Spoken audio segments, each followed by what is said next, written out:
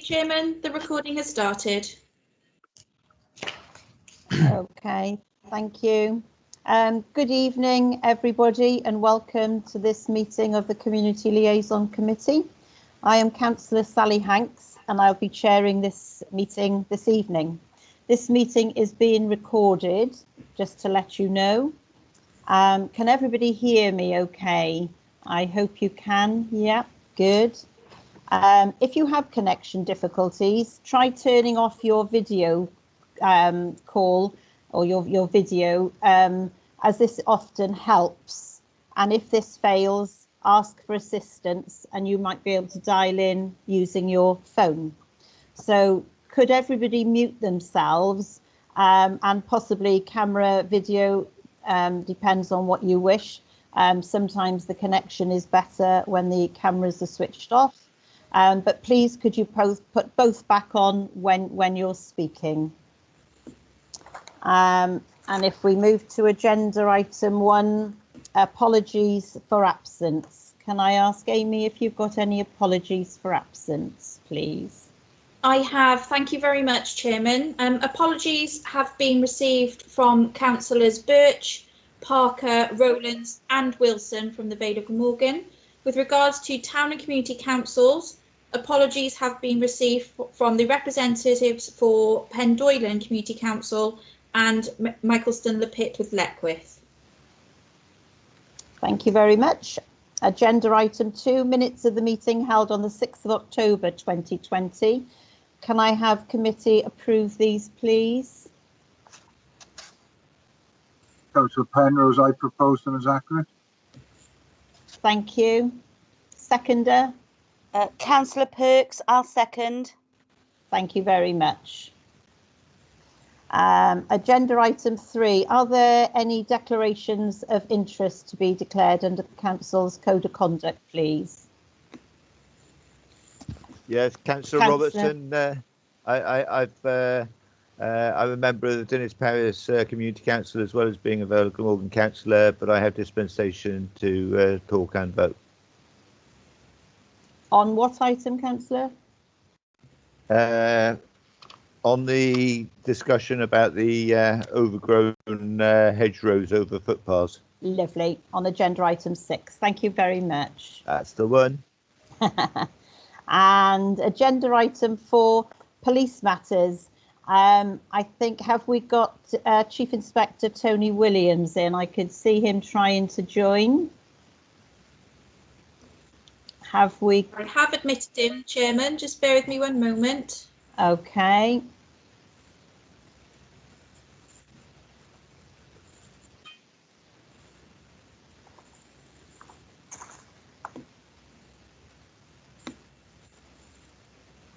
Can you hear us, Tony? I had admitted him. Bear with me one moment.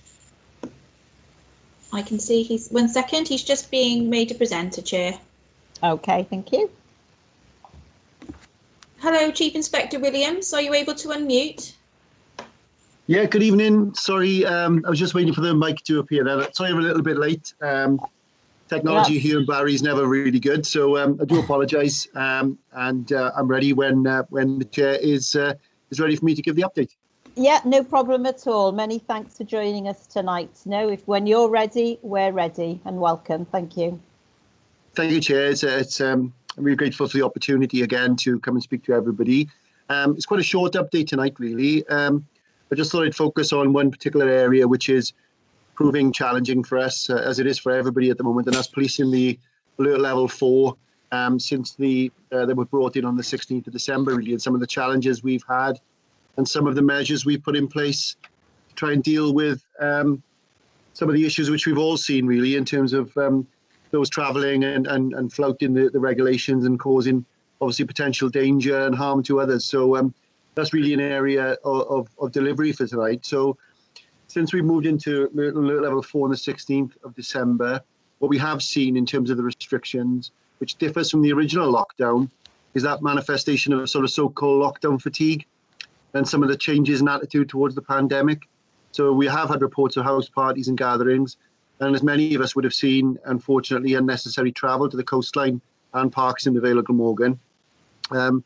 the necessary restrictions on our lives are obviously required. And it is a challenge to consistently sort of police those effectively whilst dealing with all the other policing matters which are still ongoing throughout the Vale of Glamorgan. Historically, we've always endeavoured to be more of a sort of approach to engage and encourage and explain in relation to the regulations. But at this stage of the pandemic, we're very much of the opinion that we've increased the number and level of enforcement significantly in recent months as a result of being almost 10, 11 months into this process now. That sort of tolerance, if you like, or that sort of element of engagement and explain has given way to more enforcement. So to enhance that capability now, we've got joint enforcement teams, which have been set up with the local authority across South Wales Police Force area. We've obviously got one in the Vale and in Cardiff, and they've been really busy since lockdown has come in again, dealing with licensed premises and individuals who just simply fail to adhere to expectations and regulations around COVID. And we have seen a lot of drivers who insist on travelling to the coast, whether that's Barry, the Esplanade or Ogmore by Sea. And it has been frustrating, because we have communicated those expectations quite clearly over the recent months. But we're also working with licensed premises in relation to off-licence sales. Obviously, we've had some challenges down on the Esplanade. Barry's been pretty good, to be fair, as has the wider Vale, but the challenges on the Esplanade have been well documented. And in addition to these demands, as I've alluded to earlier, the usual calls for service still remain, missing persons and violence, drugs, burglaries, acquisitive crime, domestic abuse, they all continue unabated. So it is a bit of a challenge for us, and we've lost some officers in terms of sickness through COVID, as every organisation has. We only had, I think it was 8 positive cases in Cardiff and the Vale up to October, and since then that's well over 100. So you can sort of see the extent of the virus and potentially this new mutation has taken. So we've suffered that in terms of our staffing as well. But one thing was different this year. Christmas and New Year was totally different policing this year, whereas we'd ordinarily police a nighttime economy and have a subsequent fallout from that in terms of domestic violence and violent crime.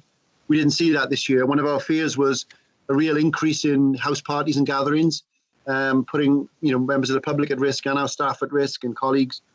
Fortunately, that really didn't manifest, and it was actually, from a policing perspective, quite pleasing to see. We've only had about 10 reports, I think, in the whole of the Vale on New Year's Eve for gatherings, and they were dealt with appropriately. So we were quite pleased with that in that regard. But since the installation of Alert 4 level restrictions across the Vale, our staff have attended 2,500 incidents, and about 500 of them approximately relate to COVID, so about 20% of our demand.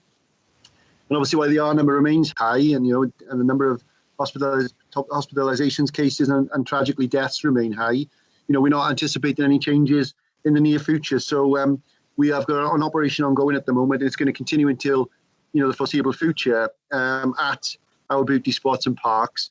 And there's measures we put in place, like bespoke patrols, roads policing using bespoke legislation, signage, mobile CCTV, PSPO enforcement, and obviously working with our colleagues in the Vale of Glamorgan in relation to parking enforcement as well, and supporting that really as a media strategy around, again, education enforcement, and that will be in place now for the foreseeable future, unfortunately, the way things are going at the moment. But some examples of enforcement in our area are a man who failed to isolate from Barry, whose wife had tested positive. A group of 4 males who travelled to the Esplanade just to have a beer and then sort of formulated their own outdoor drinking session. A gentleman from Caldicot who drove to the Nap to walk his dog.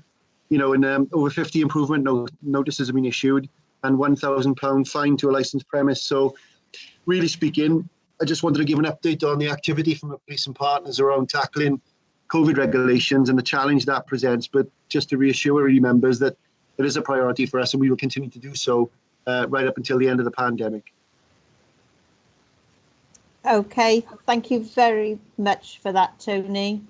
Can I just say that when you ask a question, can you raise your yellow hand, and then when you've finished asking, make sure you lower the hand as well, please. It's helpful so we don't ask you twice. And again, can I remind all members when asking a question to state their name and the council they represent, and could we have community councillors first and then Vale councillors, please?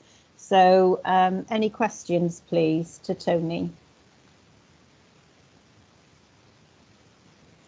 Can't see any hands up at the moment, but I can see. Chair, there are hands up. There's Councillor Sandra Perks and Bob Penrose. Yeah. They're Vale councillors. Okay. No community councillors. Not that I can see at the moment, no. Lovely. Okay, we'll go to Councillor Bob Penrose then, please.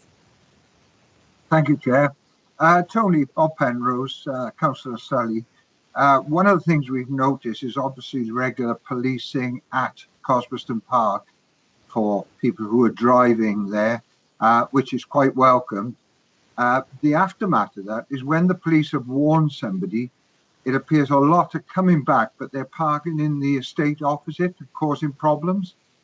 I just wonder whether or not you could transmit to your officers, perhaps if they do a quick drive around the estate as well to ensure that these people aren't parking there in order to avoid police action in the actual country park car park.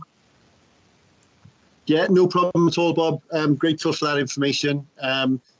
Obviously, we'll make sure that's factored into our strategy in terms of dealing with Cosberston, which is only, let's say recently, but it's certainly become, as you know yourself, Bob, in recent weeks, far more popular, if that's the right phrase, with people who are intent on driving there. So we sort of relatively recently adopted that in terms of our focus.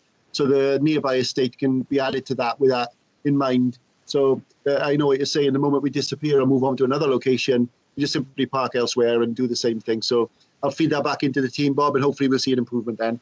Thank you for that. And Councillor Perks, please. Oh, good evening, Tony. I was just wondering whether the police had received any additional sort of monies or resources to actually help with policing the level 4. Yeah, we have, Councillor. I managed to, it doesn't sound like a lot, but it's helped me acquire £7,000 at the end of December. I think that first weekend after Christmas we didn't expect it to be as busy. It was almost like this, it wasn't like the summer, but it was busy. So it was sort of an eye-opener for us. So we invested £7,000 in that, which is specifically for the Vale. And I have access to other funds as well to supplement that. So what I've managed to really get across the force is assistance from the horses, roads policing, special constables, and made it a hotspot, if you like, for our patrols. So what we've hopefully made possible is our ability to tackle this issue as part of normal business by having a contingency fund where we need to up our resource level. So yeah, we've got some extra money for it, and we will continue to have that until the end of March and beyond. Okay, thank you. I was just going to ask then, is that sort of your regular police work then, if you've got the additional resources and some additional money, if that you're still able to carry out your sort of normal police work, if you like? Yeah, absolutely. I think that our neighbourhood policing teams and those within community safety, they're largely responsible for the COVID regulations, and the JET team I mentioned earlier on. So they tend to focus on that specific element, which is obviously new to us all, but certainly new to us in policing this year. So they focus on that, and then our response teams remain untouched. So they will still deal with all the other facets of policing, all the threat, risk and harm and violence, drugs and so forth. ASB, they tackle that. So yeah, there's capacity, and things are managed, and we are stretched at times, but we do manage to deal with everything as we go normally. Okay, thank you very much. Okay, can I bring in Councillor Cuddy, please? Yes, hi. How are you dealing with the barrage where we got it's pretty full. In fact, it could be as equal to the Esplanade in Penarth. And clearly the car park is closed at the Penarth end, but cars tend to park in the Paget Road, Paget Place above it. And at the other end, of course, there is quite frequent use of the car park in the Cardiff Bay area. Thanks, Councillor. Yeah, the barrage is very similar to Cosberston. It's, in the summer, we were particularly inundated and challenged at Ogmore by Sea and the infamous fight. Barry Island, obviously, and the Esplanade. And what we've found since the new lockdown is the barrage has become more of an issue, as has Cosberston. So we've had to factor that in as well. Fortunately, I suppose, I've got policing responsibility for Grangetown, Butetown, Cardiff Bay and Penarth and the Vale of Glamorgan. So they're all my resources. So they're all aligned to where the challenges are. And occasionally it can be a bit like whack-a-mole. You know, we put our resources in one area and then the challenge will appear elsewhere.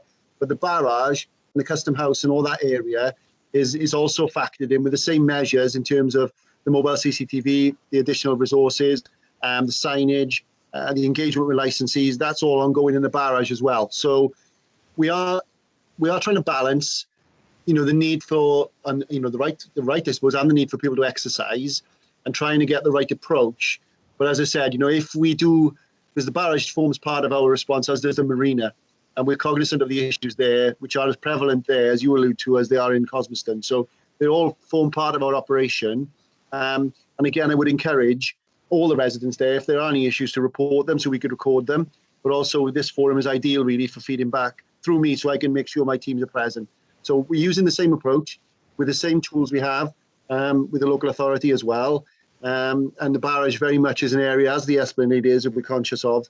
And we will do all we can to make sure everyone stays safe. Thank you. Councillor Aviat, please.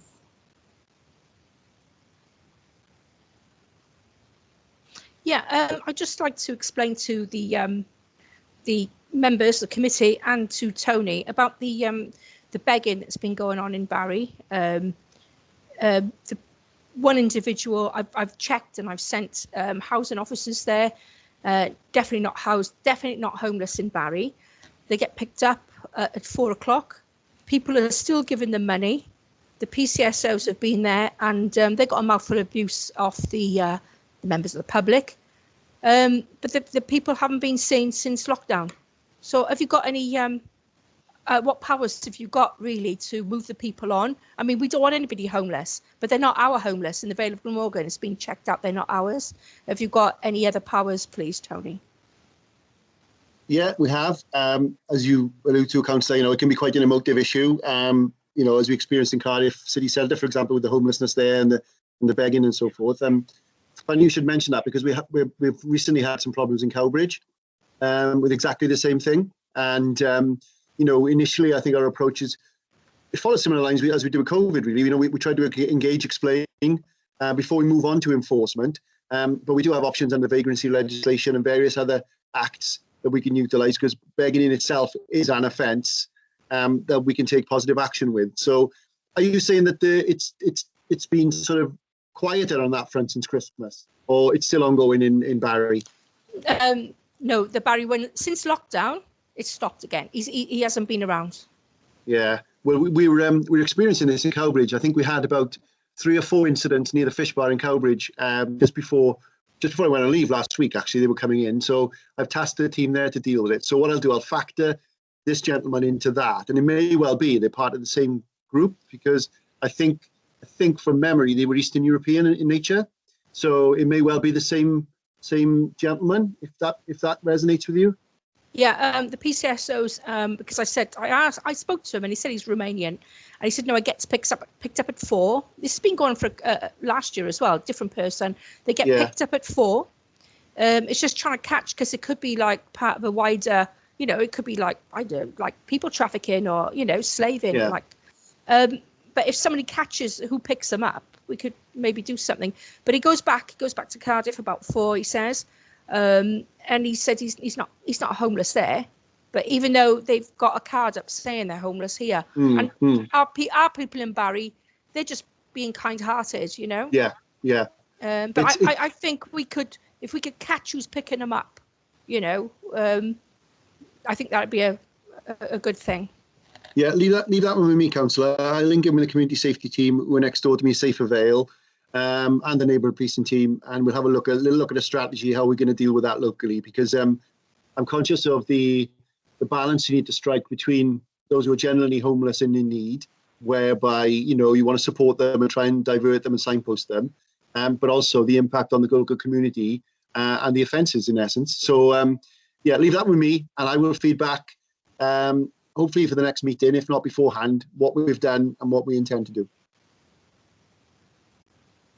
I've got Councillor Penrose, your hand is up. Do you want to come back in? Yes, please, if I may, Chair, on a different subject.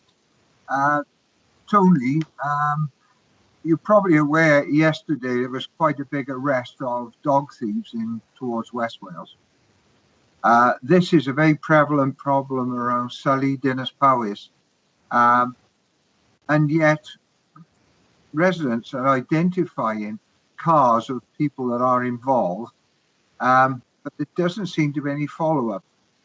If you like and you want to contact me aside, on the Dogs of Dinas website, which is done with dog walkers in that area, they have cars, registration numbers, types and everything of people they suspect are sort of in this. We've had thefts in Dinas and we had thefts in Wenvo. I just wondered if it's something that we could follow up aside, because it's getting a very big crime with the value of dogs at the present time, where, you know, you can buy a Labrador and you'll pay £3,000. So consequently, thieves are taking the opportunity of stealing dogs for money. Yeah, thanks, Bob. Funny enough, I had a conversation earlier on today with some of our crime reduction tactical advisors, because working in Glamorgan, because they've had this. And funny, just before this meeting now, I've had a quick search on our system to see if I could find any thefts recorded locally. I haven't found them, but then again, I'm not the most technologically minded, so I'd probably have to do another search. But yeah, absolutely right. It is a huge issue. We identified it a few months ago in England, and with lockdown, as you said, Bob, you know, dogs are going for, you know, exorbitant prices, ridiculous, really. And, you know, it's something we're very alive to. I think it's definitely something I'd be looking to progress. And if there have been thefts in Dinas and Sully, then clearly it's something we need to get on top of in terms of preventative messages, as well as targeting those vehicles who've been identified as responsible or potentially responsible. I know there was an incident in Roos, I think, yesterday, where somebody was suspicious, looking to undertake the same activity. So it is prevalent in the Vale of Glamorgan. I haven't seen necessarily a great volume of calls, but that's not to say it can't happen, because yesterday's media release in David Powys is indicative of the level of thefts that are ongoing and the lengths that people will go to. So can I drop you an email, Bob, outside of the meeting, and if you can give me some information that you have, and I'll do the rest then. Yes, certainly. I'll do that. Thank you very much. Thank you. Okay. Thank you very much. Are there any other questions? I can't see any hands up. No, that's all the questions for Tony. Thank you very much, Tony, for joining us this evening. And we look forward to seeing you in a couple of months' time. All right. Thank you, Chair. Thanks for having me again. Thank you. Agenda item 5, fire and rescue service matters. Can I ask Mr. Chris Hadfield, is he there to give us a report, please? Yes, I'm here, Chair, and thank you for the opportunity to provide you an update. As with Tony, this is probably going to be a brief update from our one in October, but I'll pick up on the significant points of the Vale of Glamorgan as I go through. So our priority for South Wales Fire and Rescue Service at the moment is still maintaining our frontline services, and that's ensuring that we've got the safety of our crews and the public we interact with at heart. Our levels of COVID sickness at the moment is manageable, and it's not causing us any significant impact on service delivery, and certainly not for the Vale of Glamorgan. So all our appliances are on a run, and we haven't faltered on providing that, but that takes a lot of effort on us on a day-to-day basis to ensure that we've got basically the red fire engines in our appliance bays and ready to respond. So what is pleasing for the Vale of Glamorgan at the moment, fire calls for December were probably the lowest I've seen for quite some time, and that's both accidental and deliberate fires, and that trend is now continuing into January as we speak now. So the core volume is good for Vale of Glamorgan. The same with our response to road traffic collisions. That's at a low level as well. I think what I wanted to pick up on is our water-related incidents. And just so you understand our position on where we are with flooding and inland water rescues, the South Wales Fire and Rescue and all the Wales services picked up a statutory duty in 2017 for response to inland flood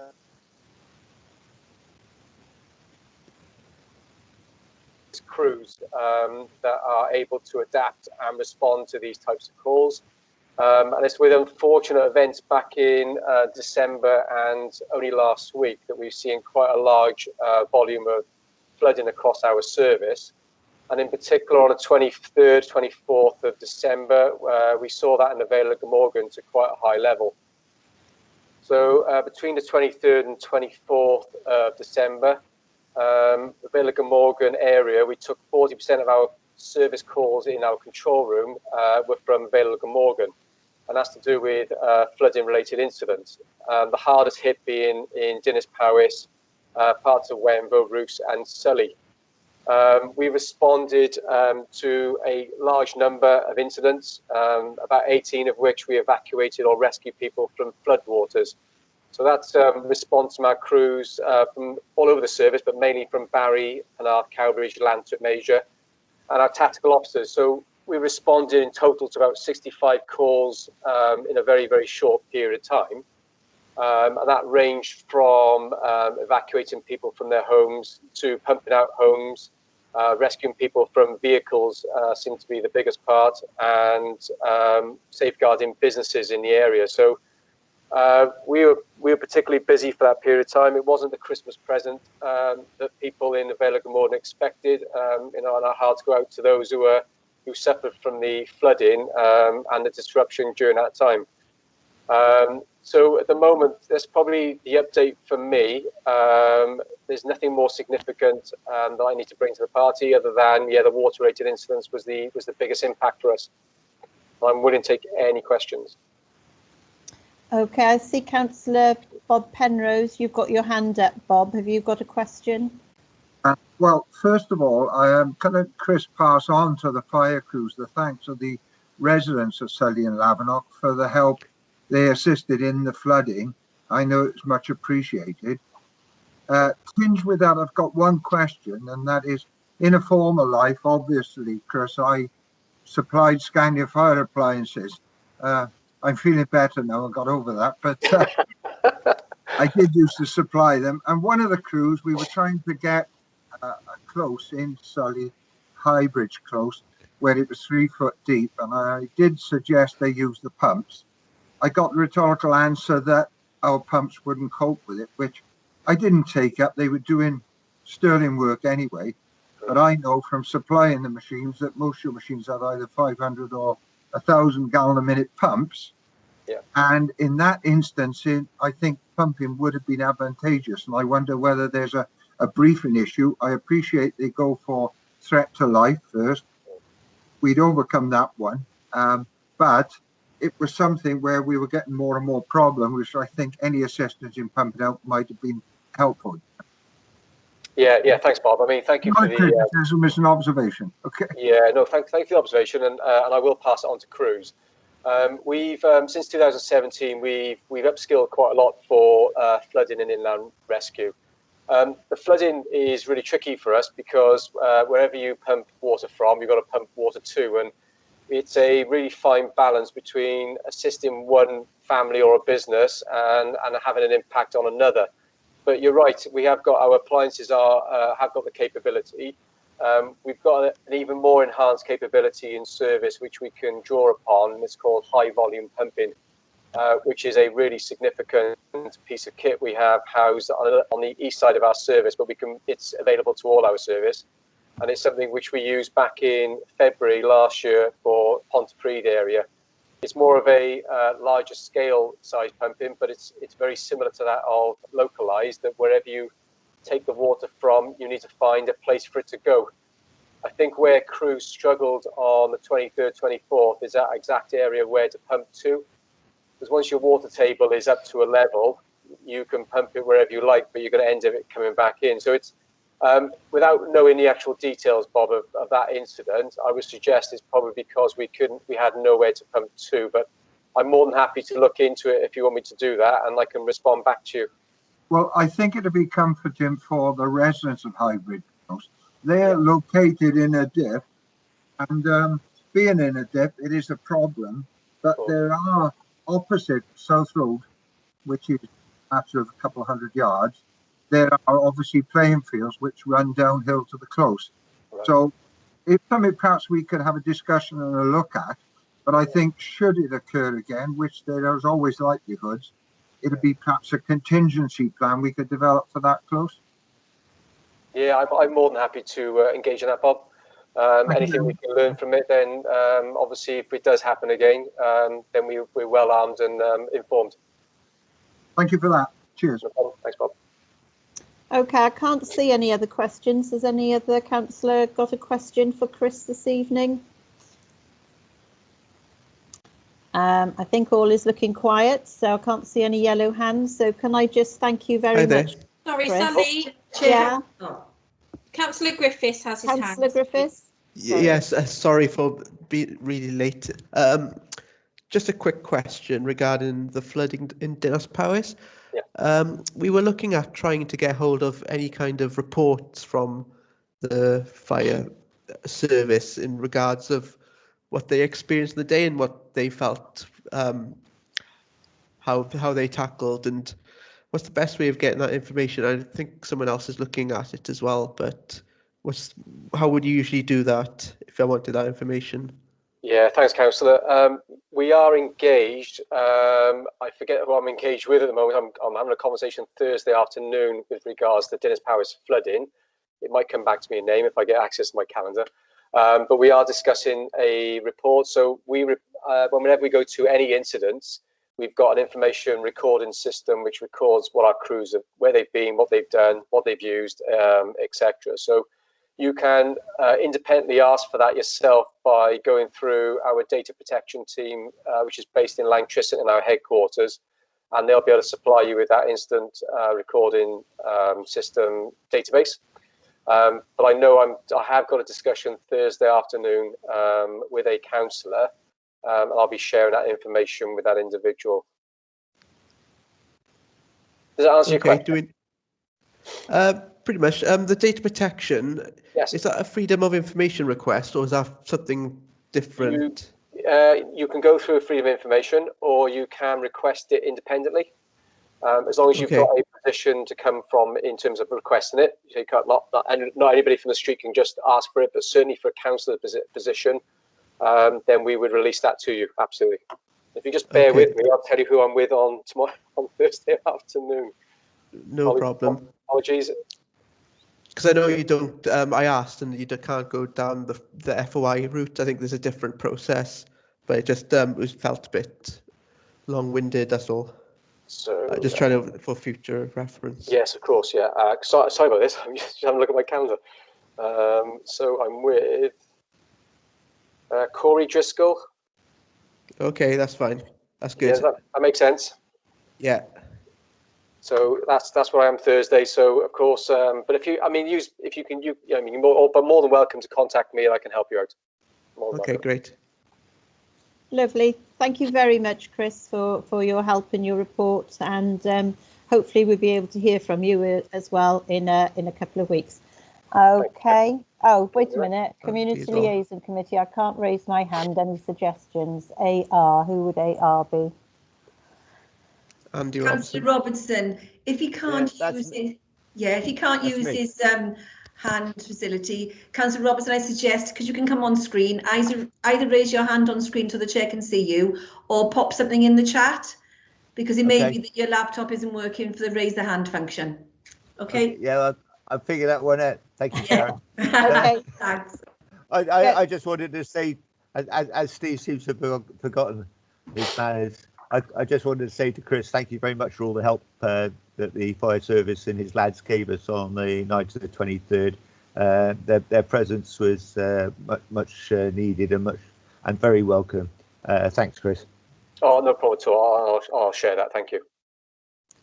Lovely. Many thanks, Chris. I think that might be it now then. Thank you, Chair. And thanks for the opportunity to give an update. Thank you very much. Good night. Good night. Moving on the agenda to item 6, request for consideration from St Nicholas and Bonvilston Community Council, obstruction of footways by vegetation. We have 2 Vale of Glamorgan officers here tonight, Mr Mike Clogg and Mr Nathan Thomas. Mike, can I come to you? Are you starting this? Yes, thank you, Chair. Just before I start, just to say I seem to be having a few technical difficulties with my connection dropping in and out a little bit. So if I do drop out, just let me know and I'll try and fill in any gaps. So apologies for that in advance if any problems occur. But yeah, I'll start off if I can, Chair. And just again to introduce myself, my name is Mike Clogg. I'm the operational manager for engineering in the Vale. And as the chair has advised, I also have with me tonight at the meeting Nathan Thomas, who's my highway maintenance manager.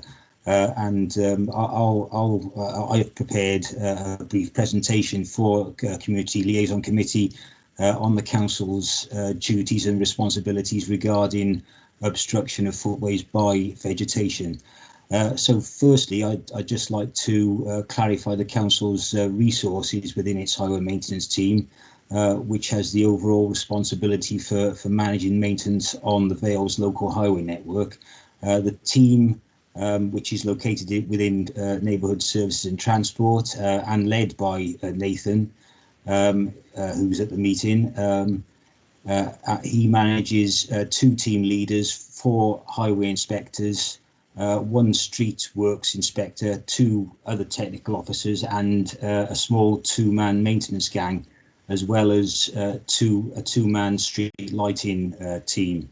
So the council and the maintenance team have a general duty under Section 41 of the Highways Act to maintain all aspects of the adopted highway and ensure safety of users as far as reasonably practical. And to do this, the highway inspectors undertake regular scheduled inspections throughout the Vale of Glamorgan on all adopted roads.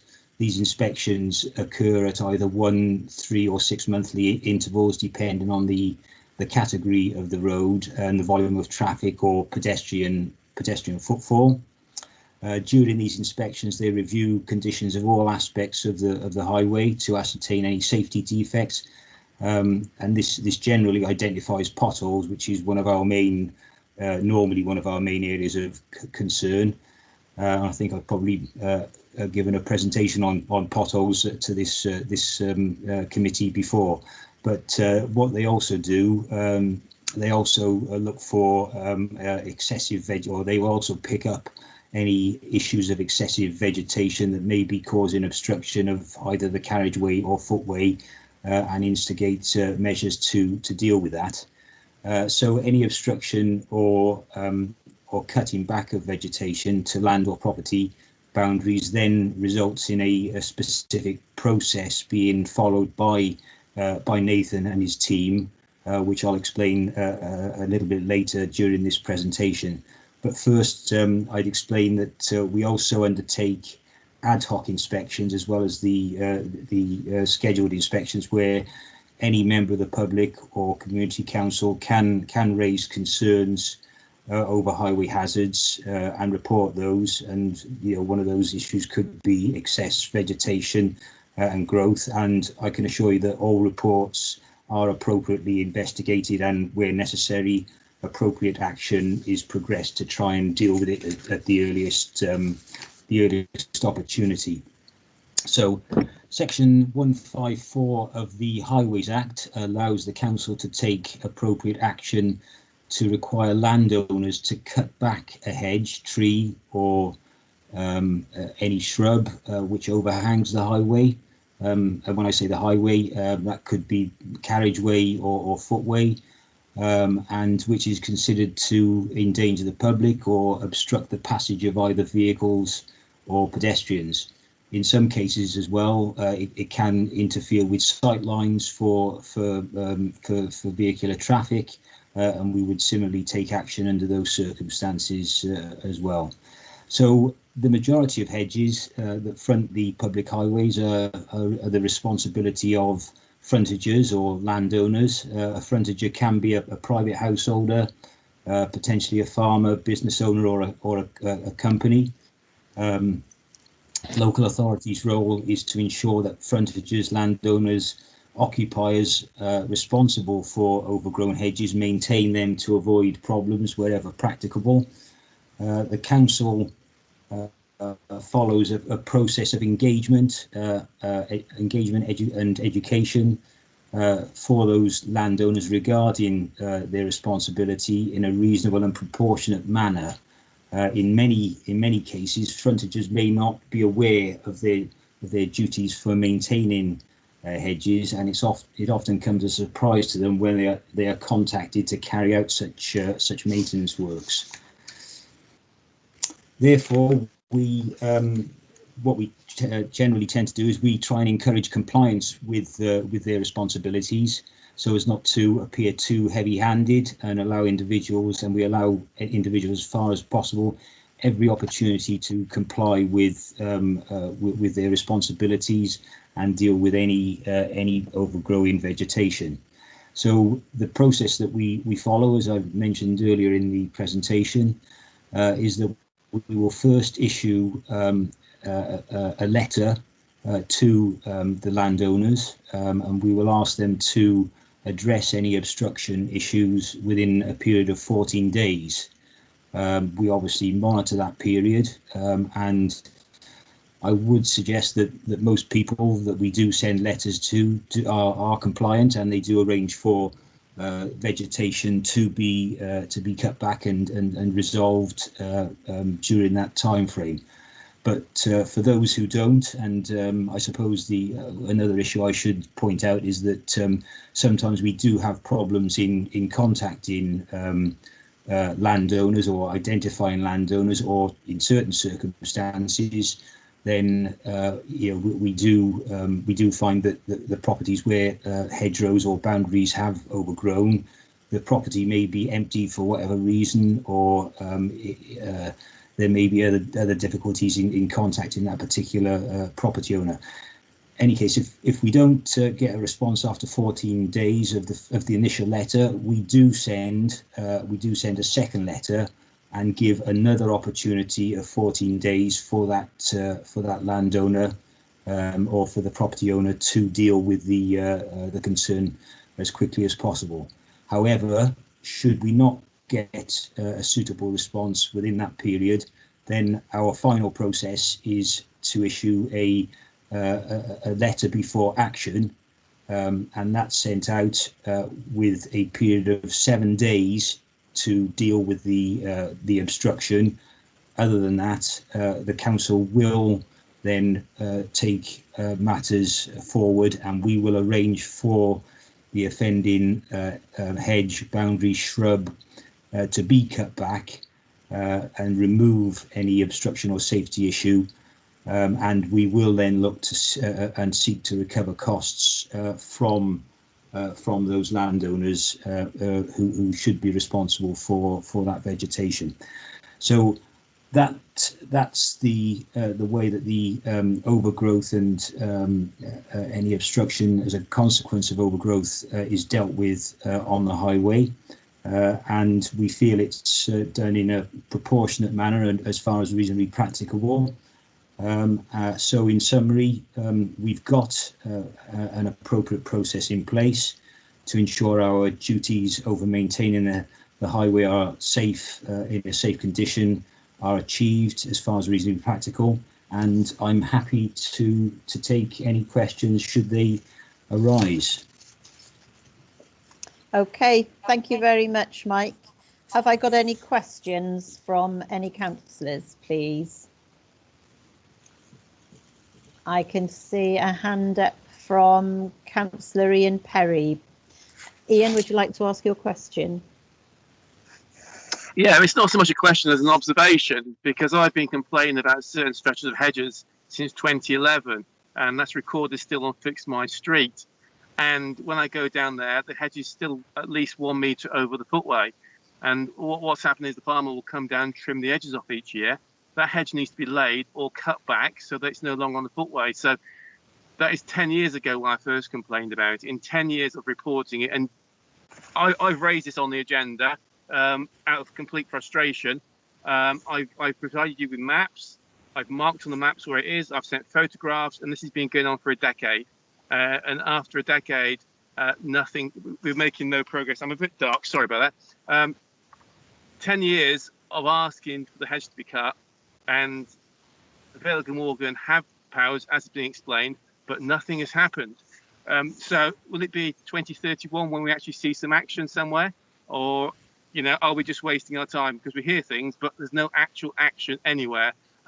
While the hedge owners, it's actually adopted, so it's the responsibility of the Vale of Glamorgan Council. So I've been complaining about that for 9 years, and it turns out the Vale of Glamorgan Council is the landowner now, and the Vale of Glamorgan Council are obstructing the highway, and there's no way that the Vale of Glamorgan Council should not be aware of the problem.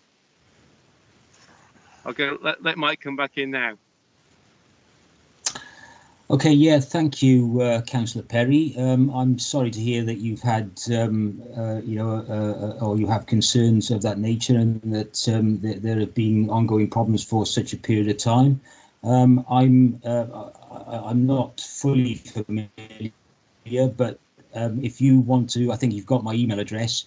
If you want to email me with the full details of the concerns and these problems that have been ongoing for this length of time, then I will certainly make sure that that's fully investigated and that the team do take appropriate action to address that at the earliest opportunity.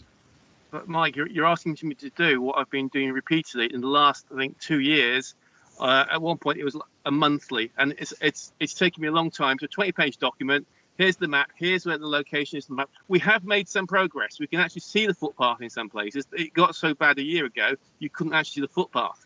And I showed that before in other pictures. People are amazed because they wouldn't believe there's a footpath there along the A48. There is now a footpath with a very dodgy surface. It's not been looked after. But there are still ongoing issues.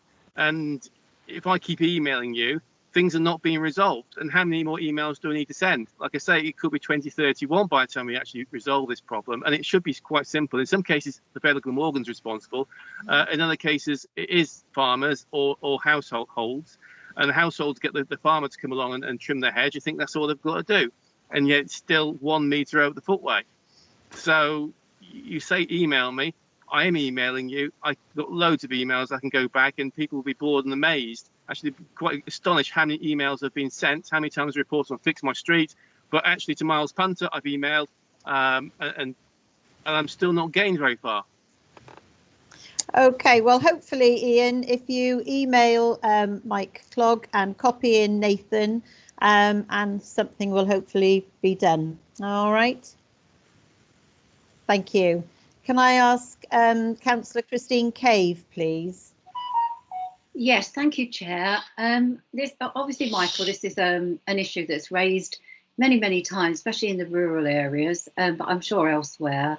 And I note that you say you have an appropriate process in place, but I would beg to argue there, because obviously if you get so many people or community councils requesting that hedgerows, etc., cut back, it might indicate that maybe it isn't an appropriate process. In actual fact, I know many of the community councils that I represent are continually asking for the same stretch every year to be cut back in certain areas.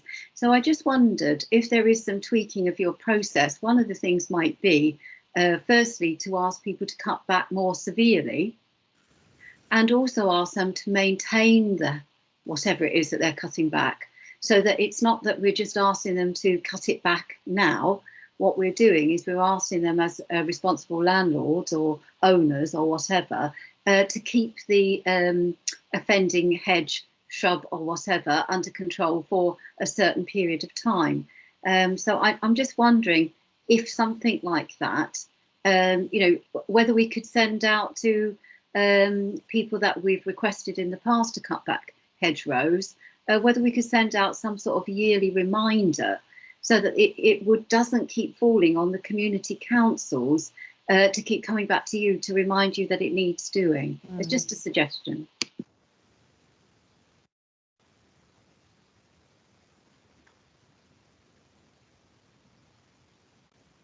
Hi, Mike. Are you with us?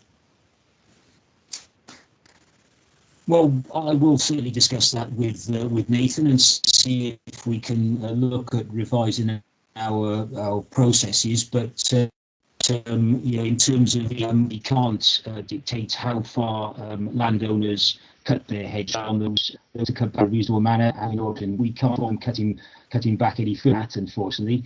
So we we obviously try and educate individuals, landowners, and other parties on their responsibilities. And unfortunately, we do have to rely on those individuals taking appropriate responsibility for managing their land and their boundaries. But as I say, I will discuss with Nathan to see if there's anything additional that we can do to perhaps make the process a little bit more effective and assist with the concerns that you've mentioned. Councillor Perry, would you like to come back in? Yeah, just quickly, I think Christine makes a good point there. As a community council, I want to get a leaflet out, but that's something that the Vale of Glamorgan could do. Is we can have information on the website, and you can copy Derbyshire, or I think not Derbyshire, Devon, Cornwall, loads of councils around the UK have instructions on their websites, but also circulate a leaflet. Now I'm going to try and do that as a community council level. I wanted to do it back in September, but thanks to the education department and other parts of the Vale of Glamorgan Council, I've been very, very busy. But I've got a leaflet that's just ready to go. I literally need to get it out. So we can actually work together and inform it. Or if you've got a leaflet or a letter, I can help you get out in my community. But you're right, we do need to inform people. And we also need to make sure that 365 days a year, the footways are clear, because sometimes they get cut back, but they get cut back once a year. And if you've got sycamore hedging, for example, it grows at a terrific rate. And so within a month, it's back over the footway and it's not cut for another year. And if you're in a wheelchair or got a mobility scooter, you have to wait for that little period of 3 or 4 weeks just after it's cut to actually use the footway. And then, of course, it's not swept. And the law also requires the footway to be swept. And we've got a lot of hawthorn hedges. They're not swept. We have families trying to go out because we've got no cycle paths here, and they go along the footway. And, of course, they do that and they get a puncture because the footpaths are not swept as required. So there's a lot of information needs to go out, but also, unfortunately, a little bit more enforcement.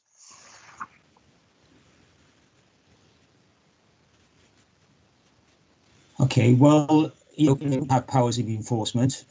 Section 154 allows us to require landowners to cut back, and where they don't do that, then we have powers to undertake the works as a council and then recharge. We're constantly looking to our services. I will review the website and see if there's any information on it in terms of cutting back, and if there's any improvements we can make in that regard, then we will do so. But we do have a reasonable process in place, as I've explained. We do follow that process, and our duties require us to undertake and maintain the highway in a safe manner as far as reasonably practicable. And at the current moment in time, I feel that we do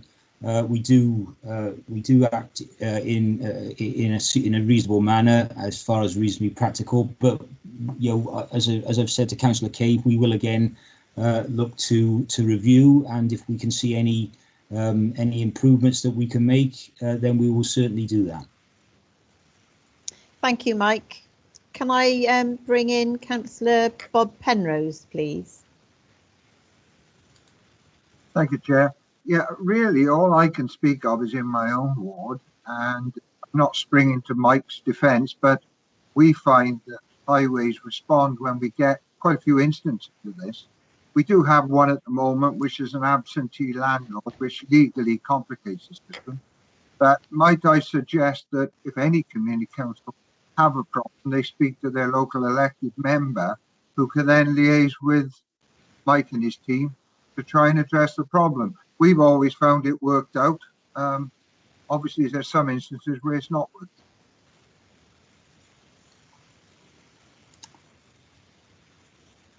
Yeah, I'm happy to to deal with elected members and and work with them in certain areas to to deal with these problems. And I say, we normally do, once we get reports of overgrown hedges, we normally do react fairly quickly, and we normally do get good responses from landowners concerned.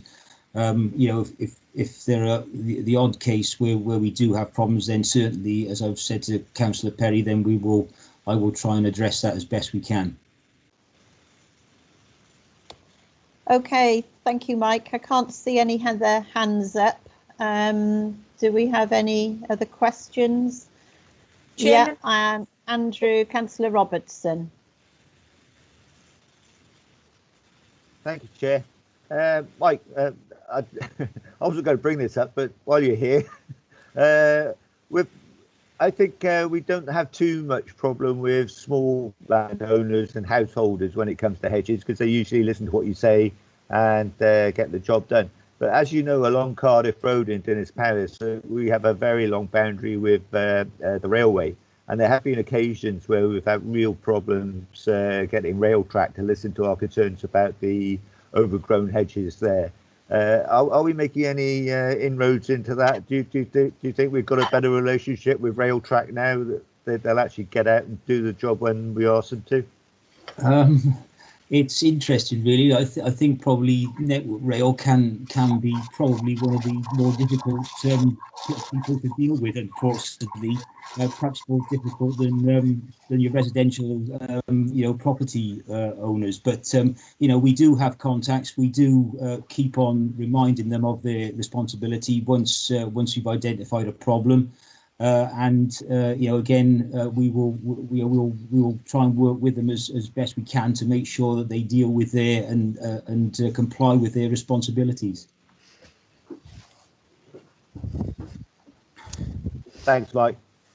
Okay, thank you very much. Mulcahy's questions offered 54. Sorry, I didn't miss that, but I think we're finished with Mike. Thank you very much, Mike and Nathan. And then if we go on to agenda item 7, the presentation, we've got a presentation by Mr. Michael Mulcahy on the Vale Census 2021. Hello, Mike, are you there? Yes, I am. Can you hear me?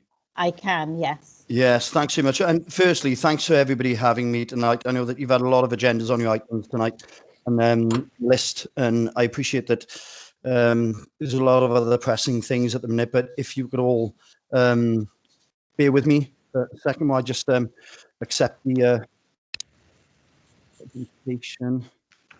We're sharing a presentation with you all at the minute.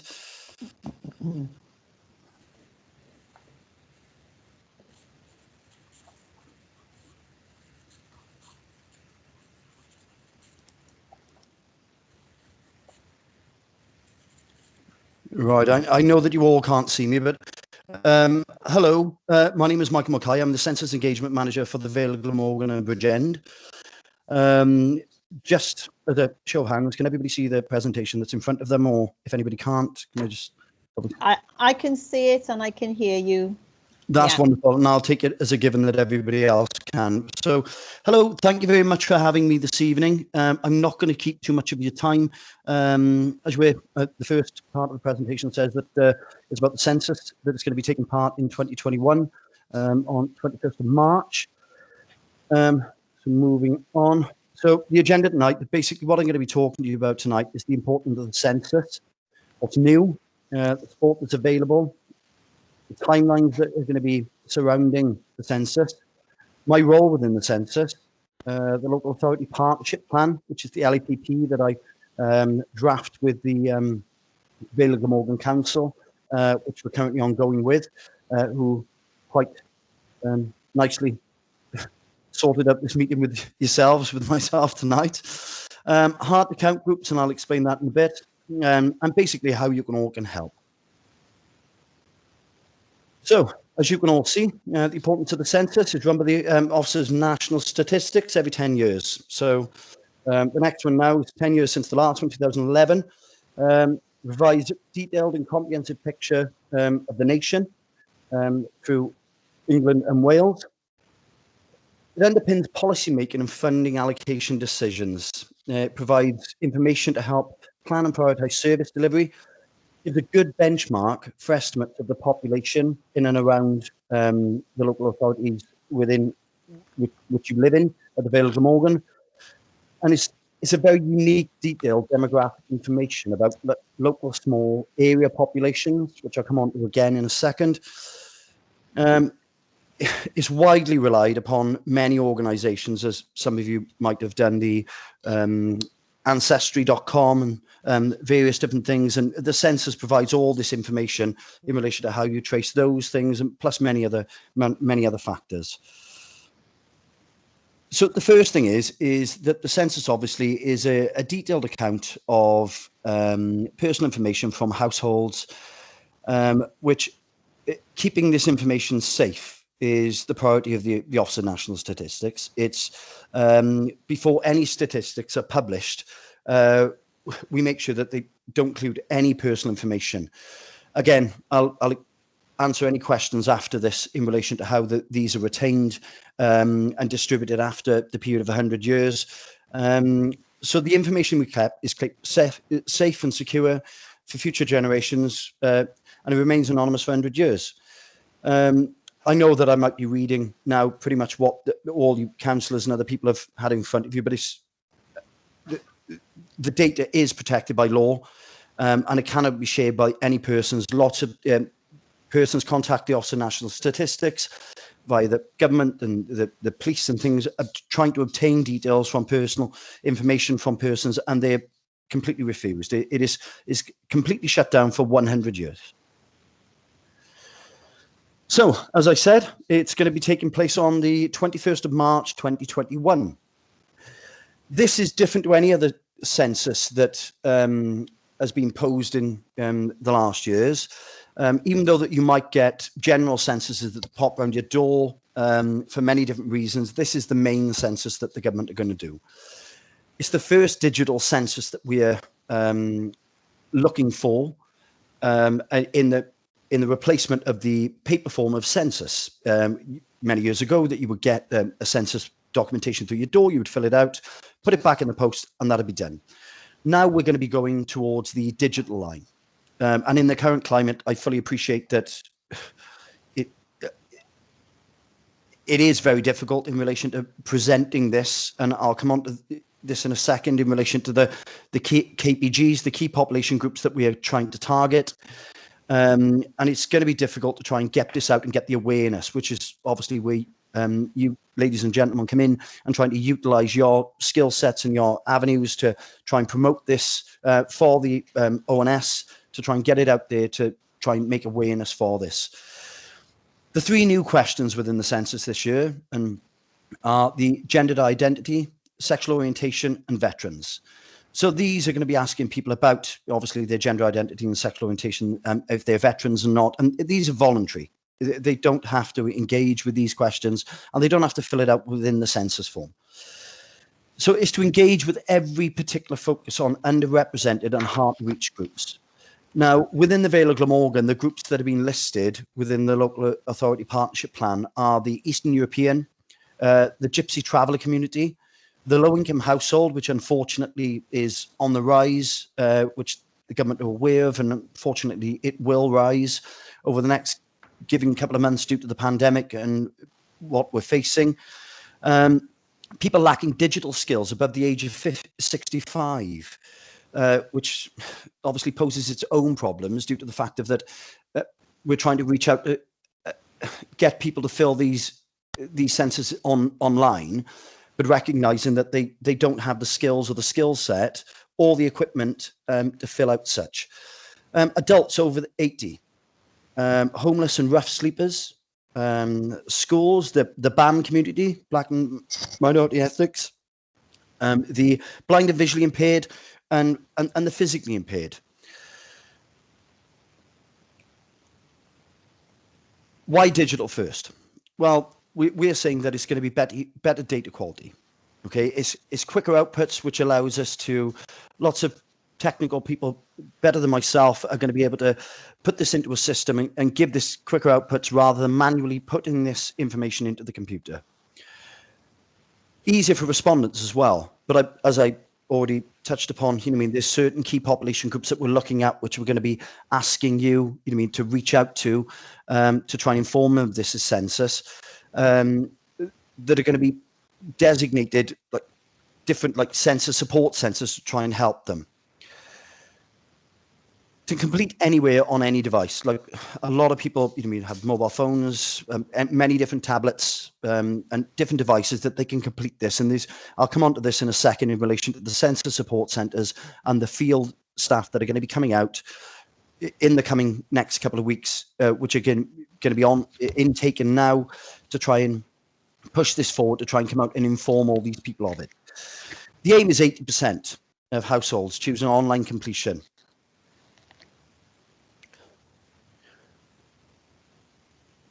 So this brings me on now to helping those who can't or won't respond online. So this is where we're going on to the additional targeted support now. So there are still going to be paper questionnaires available from the census, from ourselves to the doorstep, to enable those people who do not have access to the internet. Telephone capture. And this is a free phone service for those who may have difficulty in completing the online paper or unable to move from the house. And as I've just mentioned, the census support centres in the community for those who wish to complete the census but may need assistance to do so. The next slide here is, I'm not going to read all through this and take your time, but basically it's a timeline. From January now, so the CMs, it's myself, and the CAs, we're working with lots of different local communities, as the BAM community, the Indian community, the Chinese communities, lots of people trying to inform of the census that's coming up. Because at the end of the day, we live in a very diverse community, and lots of different ethnic groups have made themselves very at home within the Wales and England. But however, they become so integrated that we just find them, we don't effectively think of them as ethnic groups. Like a lot of the Polish community are so integrated within the community that they don't have community groups like the Indian groups and various different others. So we're putting them as hard to count, but we just generally need to make sure that they're focused on, as well as the Gypsy traveller community that they focused on, due to that they're very transient by their nature. So then it's going through and it's pushing right the way up. And as you've probably all read, as I'm just going to go push right the way through, every household is going to be receiving postcards telling that the census is coming from the 22nd of Feb to the 3rd of March. The contact centres at the minute, that they are listed. I do have a list of, we have, between the Vale of Glamorgan and the Bridgend area, we have a very limited amount of support centres, even though that I'm fighting for a few more. We do have lists of 3, believe it or not, sports centres that are going to be helping out with this census. I have the names of these sports centres, but at the minute, because obviously the current pandemic that we're sitting with the restrictions that we're governing off at the minute, with nobody's going out and all the community centres and the leisure centres and things are closed, these dates are moving, but they still are going to be within these areas at some shape or form. So the day to look at is the 21st of March 2021, which is the census start date. And by then, I hope that if we can all work together as community councillors and the local authority, that in this current climate again, that we can try and get this message out to all these different groups that need to complete the census, obviously because it's mandatory. This census is not every 10 years. It's not, can you complete it? It's that you need to complete it. And obviously that there's repercussions if people don't complete it. However, that is the last thing that anybody wants to do, go down that line. And just remembering that this census is so important to the local authorities. This is where all the funding comes from, for transport, education, local authorities, infrastructure, healthcare.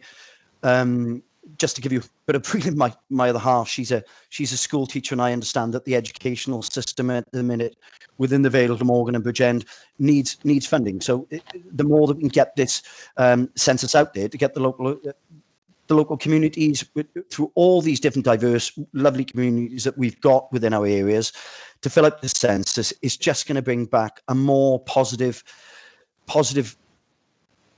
a positive outcome basically for the Vale of Glamorgan and Bridgend and all the other areas around to make sure that we get that all vital funding that comes back to the local communities to just enrich us a bit more. So then after the census day from the 21st of March, it moves on then. Basically, the last date to complete the census is the 4th of May, which possibly could be moved. I don't think that the Office of National Statistics at the minute, we're not looking to iron out that due to the fact that all the local restrictions that have been placed on all of us with a lot of different communities. We're understanding a lot of different businesses and local authorities are struggling at the minute. So that date is going to be moved to allow everybody just to make sure that they can complete. Okay, so then the census coverage survey will begin then on the 5th of May. So basically, by the time that we get to the 5th of May, we should have had all the data that would hopefully, under the provisions of the new data collection online, which would be calculated very quickly. But it won't be an immediate information that you were going to be able to see. It's just going to be calculated, and it's going to go towards the financial funding over the next period of years. So milestones in this. So early February, online help and centres go live. National advertising campaign are going to start. You're going to start seeing more things on television, national radio. I currently am speaking to Bro Radio down in Barry and that cover the Vale of Glamorgan and many different media outlets. Unfortunately, as you'll be all aware, that the gazettes and other things like that and have closed down within Barry, which is a sad thing to say. But obviously, there's lots of different media channels coming up and around with social media, Facebook, Instagram, Twitter, and so on. So early February, postcards are going to be sent out to all households. So they're going to start to get those households. But obviously, some of those households are going to be hit, are going to be some of those KPGs that I mentioned of the blind, the visually impaired, the people lacking digital skills and reading and things. So we really want to try and mix up this and trying to get this awareness out to them. So then we're moving on to March. So the invitation letter sent to approximately 90% of the households, each with a unique access code. The access code is basically designed that people can put their access code in to prevent double counting. Okay, so many years ago, there's been lots of double counting within people registering maybe online and then putting the census application through and then doing it through the post, which would give a double count, which is inaccurate then. So the remaining 10% of Vale of Glamorgan's population and the Bridgend's population have been identified as having low digital uptake and are going to be sent census questionnaires. This is going to be determined from previous census applications and data that has been collected, that has been provided to the local authority. We have a good breakdown and understanding community issues with regards to the local authority, focusing mainly on these 10 KPGs, these key population groups that we are trying to focus that will need help to complete this census questionnaire to enable a proper data, an accurate reflection on what is going on out there at the minute. So from the 22nd of March to the end of April, that's going to be the reminder phase. So even if you miss it on the 21st of March, letters and reminders are going to be sent out to those groups and individuals that have not completed their census questionnaire. Then from the end of April, the non-compliance and follow-up. So there's a different team that will be taking up that. Some of my ground staff then will be taking up the follow-up, just basically calling on people, just seeing if we've missed anything and trying to basically catch up and just trying to basically help those people who either haven't been able to complete it through many different reasons. And again, I'm going back to the pandemic, but people who have been self-isolating or in hospital or caring for a loved one or unemployment or many different things. And I think that that is the main focus on the ONS at the minute, is trying to make sure that we give everybody the chance, but capturing this data still is the key.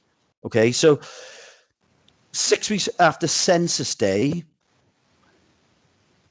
So the coverage survey will be 6 weeks after the census day. So that is when all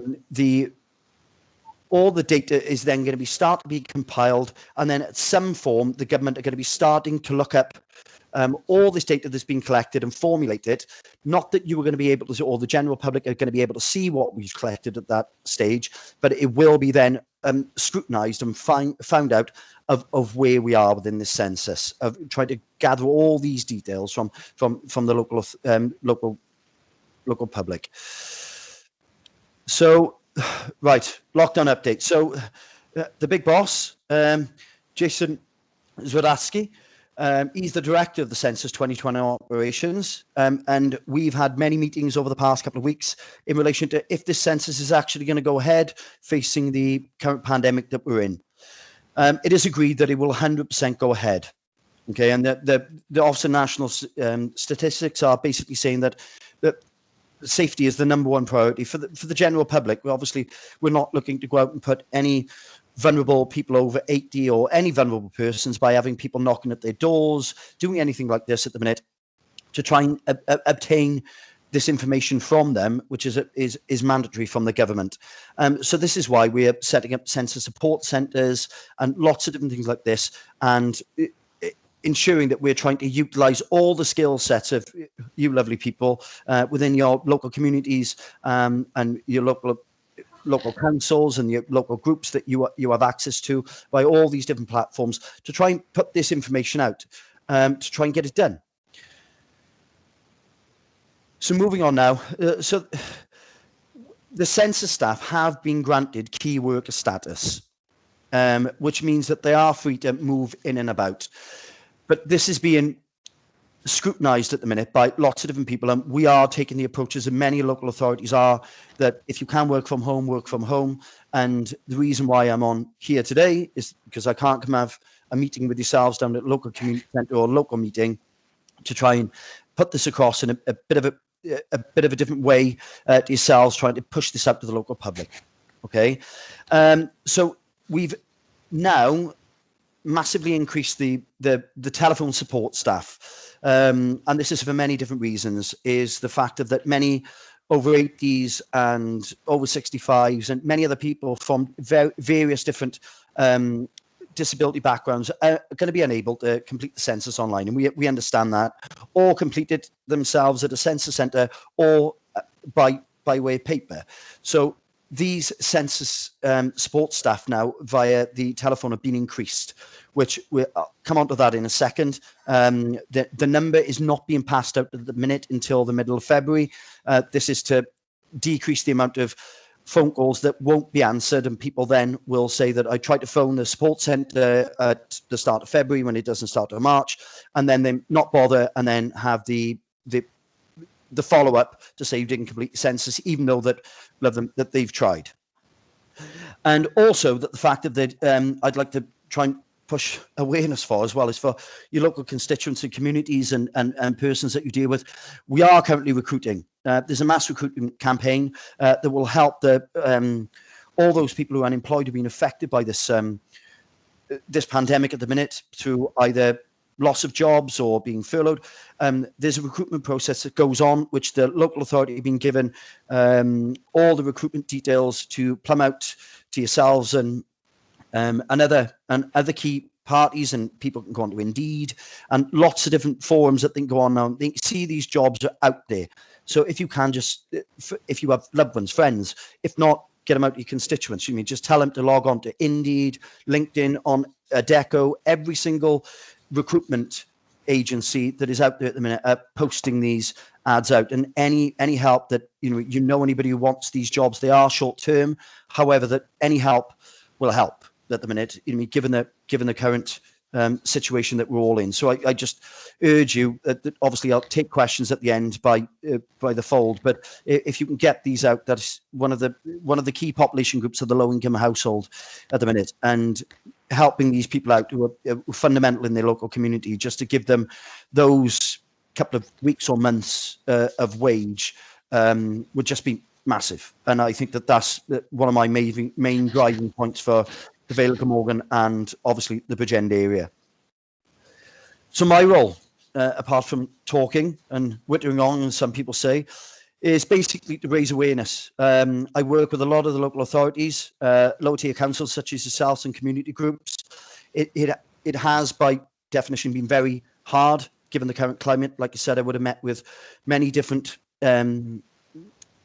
religious groups, ethnic groups, community groups. Unfortunately, that is out the window at the minute, and we are all just in line with the current guidelines that the government are putting in place. However, that this is why this meeting today, that I'm so happy that I've been able to have with all your good selves to try and facilitate this communication through any links that you have. And just because I listed out these 1 to 10 groups of the hard to count, so the Eastern European, the Gypsy Travellers, low income, people lacking digital skills, adults over 80, homeless, schools, the BAM community, blind and visually impaired and physical impairments, please, I will take any suggestions. Currently I'm looking at a different key population group of the Chinese community, which I'm in communication with the local authority group for the Cardiff, who were helping me influx the Vale of Glamorgan's Chinese and community group to allow them to have their say and to make sure that they complete the census. It's to build trust as well and encouraging participation in this census. And as much as some people might think that the census is laborious and it's just a survey, but it does, in the current climate, I can think of nothing more pressing to make sure that our local community of Vale of Glamorgan and the Bridgend area and all the other areas within South Wales and North Wales and Wales as a group gets that right representation and gets to participate in this, because this outcome fundamentally governs the amount of money that the local authorities get. You know what I mean? And where it goes to the libraries, the educational system, our children, the health system, things, and it's run every 10 years. And this is how important that this census is. It helps community generally understand why this census is important. This is why, again, as it says at the bottom there, this is why I'm working with the communities and trying to liaise with yourselves, all these different community groups, to try and minimise the response rates to be low. Now, Vale of Glamorgan and Bridgend have always had quite a good response rate, but this has been as paper. Unfortunately, for ourselves, this has changed due to the pandemic, and the fact of that is changed in relation to that we're now going to be running a digital online, which might be seen as better or worse given the current climate. However, these key population groups, I can't stress it enough that you have such an influx into your communities through trust and outreach, that this is the reason why that I'm so grateful to come to your platform this evening. And I know that you've all got many different things that you need to discuss that fall outside of this, but it's just basically that I really want to get out there to promote this census through all your communication channels, just out, and that's just basically there. So, as I said, the local authority are key partners within this census. And you all, as it says there, that you are vital to the success in this census. It doesn't happen without the local authority. It doesn't happen without the local councils. It doesn't happen without the community councillors. We're all aware of the fantastic and amazing work that the local councillors, community councillors, town councillors all do for the local communities, and have so many outreach programs and keep up to date. I've been listening this evening to a lot of the queries and the problems that have been brought forward this evening on this platform, and it's great. You mean that you can generally see that all of you, the local council, community councillors, are bringing these platforms to the people that need to be questioned about it and give answers, which is great. And I know that you were taking these concerns from not just yourselves, but obviously from your community groups that you represent, which is the people that we are trying to utilise and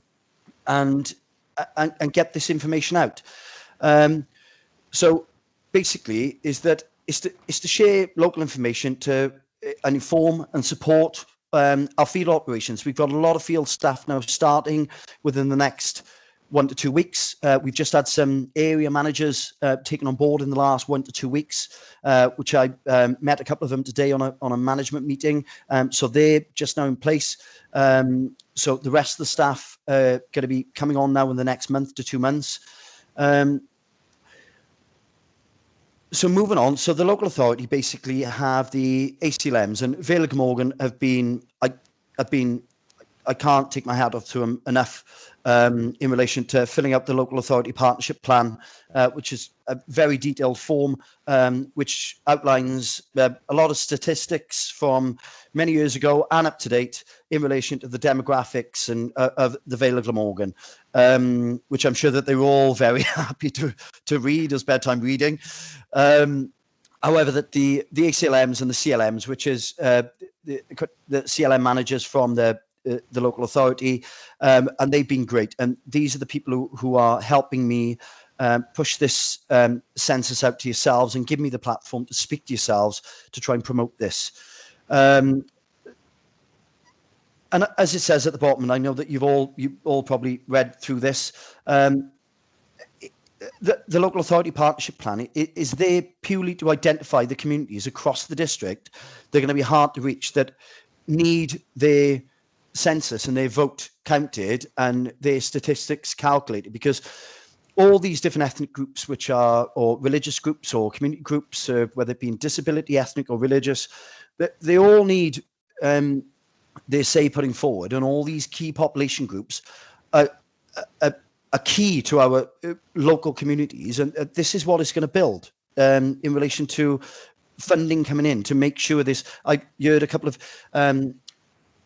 one of the councillors this evening mentioned about, regards to the homeless, the homeless communities. Well, the funding should be there. Through the local authorities, and it will be. If we get an increase in gypsy traveller things, all this census promotes this census to give this local authority funding to actually push this forward, to give the local authority more funding. So then, when the questions are asked, of the local authority, they'll have the answer. And this is what it's about. It gives the local authority and yourselves and the health, the transport, education, all these different departments this money, and this is where it comes down to. And I've pretty much been through the majority of this, and I'm not going to repeat myself in relation to what I've just said on the last slide. And like I said, it helps. I'll skip over this page because I think we've just covered this page in relation to which organisations can help. It's support local publicity and media relations activity. So, as I've read, and I've read them before, obviously I have been made aware that this slide is being recorded, which you can obviously print off, and I know that you've had your local councillor handbooks. Those of you who haven't, my email address is at the end of this. I'm more than happy to speak to yourselves, send out any information that I can for any your community councillor platforms. But these are basically, and as you can see then, I mentioned earlier, the newly added are the Chinese within the Vale of Glamorgan. And I'd love to hear all your views in relation to these community groups if we could change them. Okay, thank you very much for that presentation, Michael. Have I got any questions? Are there any questions that anybody would like? Councillor Morgan, please. Right, yeah. Thank you very much for that presentation. Your enthusiasm is very infectious. All I wanted to confirm, you mentioned obviously repercussions if people don't comply with completing the census when required, and it is a legal obligation. There are still financial penalties. What are those going to be, and does your approach to this census gathering involve engaging with people to ensure that people don't end up being prosecuted? Hi, yeah, thank you very much. Yeah, no, it's a very valid question, and one that I really want to address across the board of all local authorities in relation to that. If my role within this, obviously with the help with yourselves, is that there is a financial implication, and the ONS basically state as a government that it would be £1,000 fine. There was a very, very limited number between England and Wales that were actually there's many different stages after this census that have to go before anybody gets taken to court. And even by the time that people get taken to court, people from the ONS will be turning up at court with a census application, asking them to complete it before they even go in and allow them to go. This is the fining is the last thing on anybody's mind. And I understand, you know, I mean, that given the current climate and the pandemic and everything that we're in, you know, I mean, it is not. And this is why I am, and thank you very much, I am very passionate about this, because I just think that I'm from the Vale of Glamorgan and Bridgend. So I lived in one area, now live in the other, and I generally want the best for both of the areas to outcome. And this is why I'm pleading and holding up my white flag to all of you guys in relation to this, to try and promote this. And yes, there is financial implications, but it would be the last stage, and it would be many stages down the line. There is, if you have a look back at I don't know whether you guys can actually see it, shout if you can't. So after the 21st of March, the reminders letters are going to be going out, 22nd of March. And then, so there's many, up until March, April, May, you know what I mean, is that there's lots of different other stages that are going to be going on. But trust me, if I will be highly upset if that I have not been able to reach these communities within our local authorities to make sure that we've done as much as we can. Obviously, there's going to be many people, as if you look on the last slide, just so I can just read it here.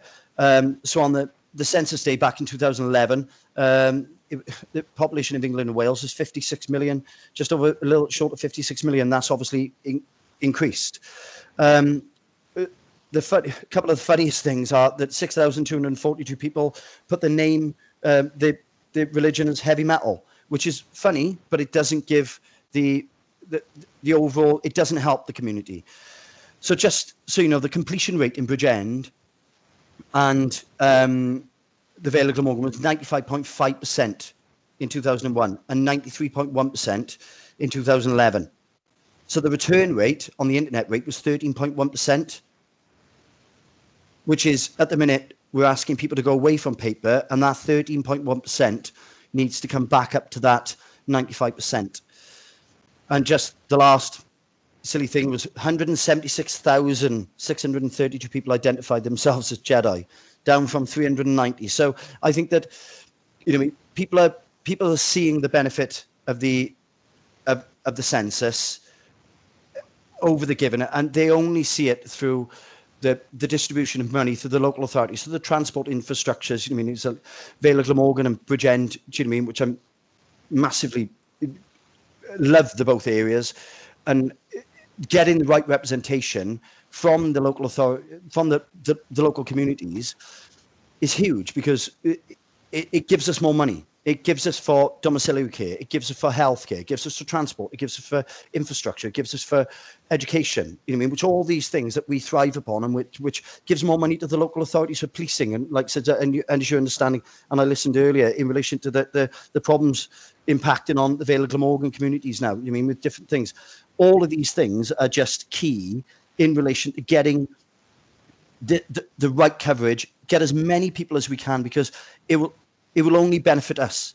It will only benefit us as communities, which community you're in, whether you're in one of the 10 KPGs that I've said, or whether you're without it. You know, it's only gonna. And I offer any help or advice or questions from any of you. But yes, just in short, that there is a penalty, but that would be the very, very last resort. And even if people got taken to court over that from the Office of National Statistics, there'd be somebody turning up there with a census form, asking them to fill it out, and then ask them to walk back away.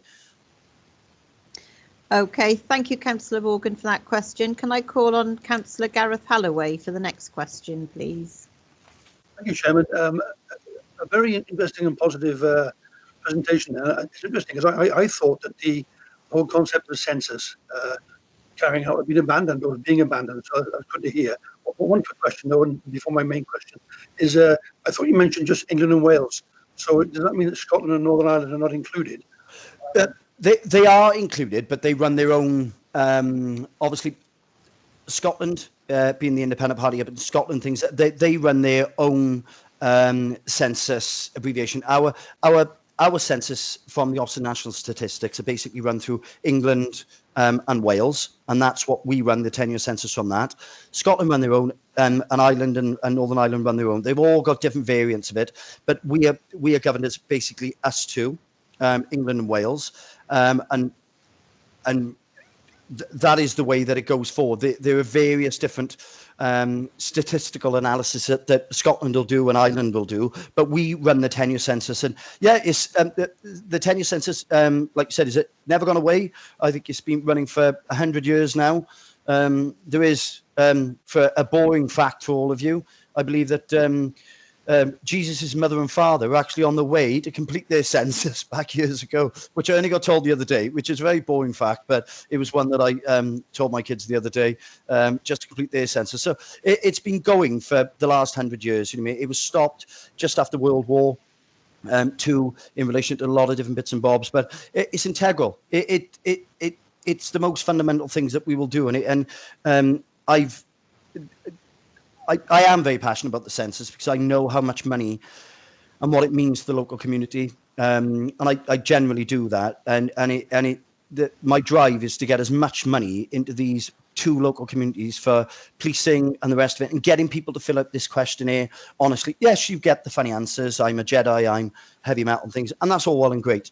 But it's getting these diverse communities as well, these hard to count groups, getting their views and their statistics, because at the end of the day, these are the population groups that I'm going after, because these are the people that need the help as well through like domiciliary care. We're trying to show up the amount of, I mean, I know that all the health systems within Vale of Glamorgan and Bridgend have been struggling of late because of the pandemic. Let's get them more money. I mean, getting this census through to show the accurate and true picture of what is going on within these local communities, of the police system and the local community system, with the healthcare system, with the educational system throughout the Vale of Glamorgan and things. Let's get that through infrastructure. Low income. You know, I mean, this is going to increase. You know, I mean, getting people to fill out these censuses and just ensuring them as well that the data is fully protected. A lot of people are going to be asking questions about, well, why do I have to fill out my name and address and dates of birth? Well, the reason why this is given and done is to stop that double counting. See, and otherwise, you know, I mean, it doesn't give a true picture. And the details are held for 100 years, and then released after 100 years. Every 100-year census, you can look back and look, like it said to you. I mean, all these different websites that you go on in relation to ancestry.com, things. All this is built from the census.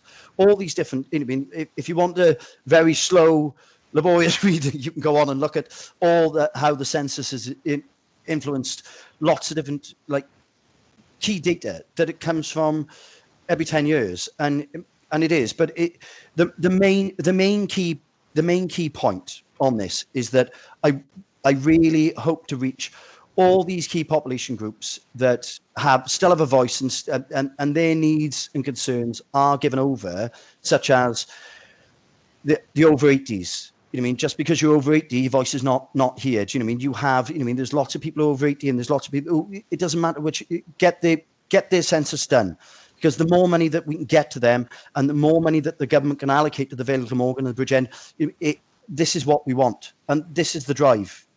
Lovely. Thank you. Sorry, can I ask my main question, please, Sally? Yeah. My main question was, it might be a bit late for this, but you made the point, Michael, about it's the first digital census, and we're replacing paper, and obviously the data won't be shared deliberately. But we obviously, I come from an electoral background, where the Electoral Commission has refused to go for electronic elections deliberately because of the risk and the danger involved in access to information and data. We've had an example recently with the states and their elections and their electronic digital processes being challenged around fraud, etc. We did a bit of work on voter registration, and that was fraught with problems. I'm just hoping, and you're going to give me some assurance, that the platform that's been set up for this has been tested, because we've recently had an issue with track and trace as an example of an IT system, because security with data is obviously fundamental. But what assurances are there or fail safes in place to give an absolute guarantee to people that this stuff is safe? Because we have a history of catastrophic failures, of leaks in every single sector of government, around hospitals and services and police and other many examples. And I just wonder, although it's very, as you say, convenient and efficient and effective to go electronic, it is fraught with other disasters at the back end. And are you happy with what you've seen and you've heard that we are in a safe place here? Just to cover that, yes, obviously your concerns are very just. I fully appreciate your concerns in relation to the issues that surround the internet, stealing data. There's been many different data hacks over the last 12 to 14 months, which have caused concern. As far as the validity of the security system, that we've been assured that is second to none. Obviously, the ONS are not looking to put anybody's details at risk. But again, like I said, there's always I wouldn't like to give 100%. I'm not a tech guru, and for me to put my stamp on saying that there would be 100% no breaches within the ONS data collection system, whilst this is happening, which I wouldn't do, because obviously I couldn't, and I'm not informed enough for. I'm not. I'll come back to you, and like I said, if you send me an email, I will speak to the data security specialists within ONS, and maybe if I can get some literature or anything else like that from the ONS in relation to the data security fail-safe, obviously, that you've done the electoral stuff before in the past.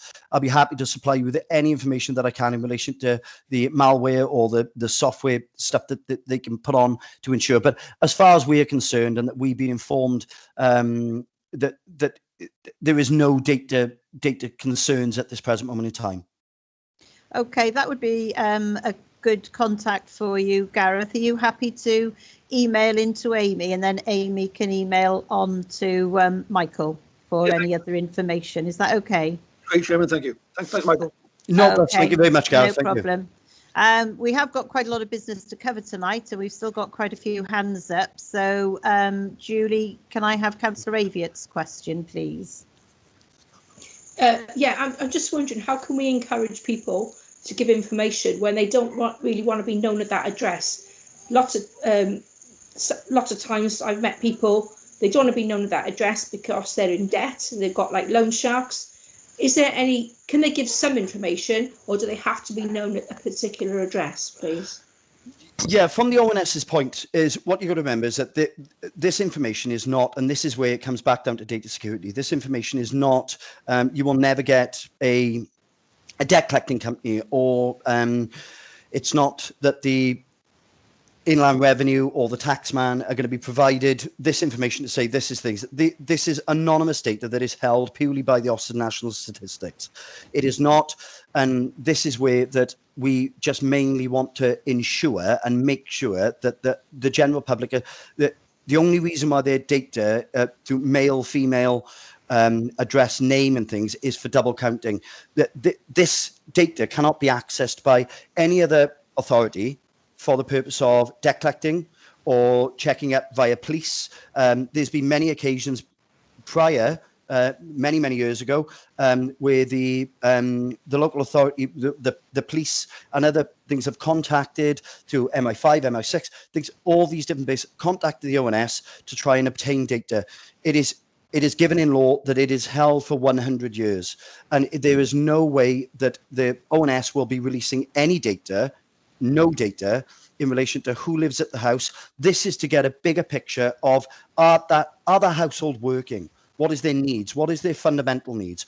What is their healthcare system in relation to, do they have children that are suffering from medical care or paying for medical care, education, work? This is where it's coming from. The fact of that, I can't reiterate it enough, that because they're putting their name and their address on it, doesn't identify them, because that is completely 100%. It is locked down. And going back to the gentleman's question beforehand in relation to data security. Obviously, I'll come back to Gareth on that at a later stage, and I'll be making sure that I get all the information from our technical department in relation to the software used. But all I can reiterate to yourself is if you can tell, that this is not to do with people identifying themselves as maybe working and maybe earning up. It's just given a general over picture of that household. How many people? How much do you need? How much do you need a week? You mean to survive? What are your constraints? You mean all these different questions? They're not very intrusive questions, but it gives an over picture, and that's the main thing. Okay, Julie, is that okay? You've muted now. I can't hear you, but you must be happy. Yeah, I am. Thank you. Thank you. Councillor Carroll, please.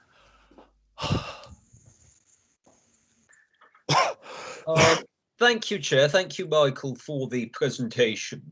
I appreciate in your comments you made clear that everything was going to be socially distanced and COVID compliant.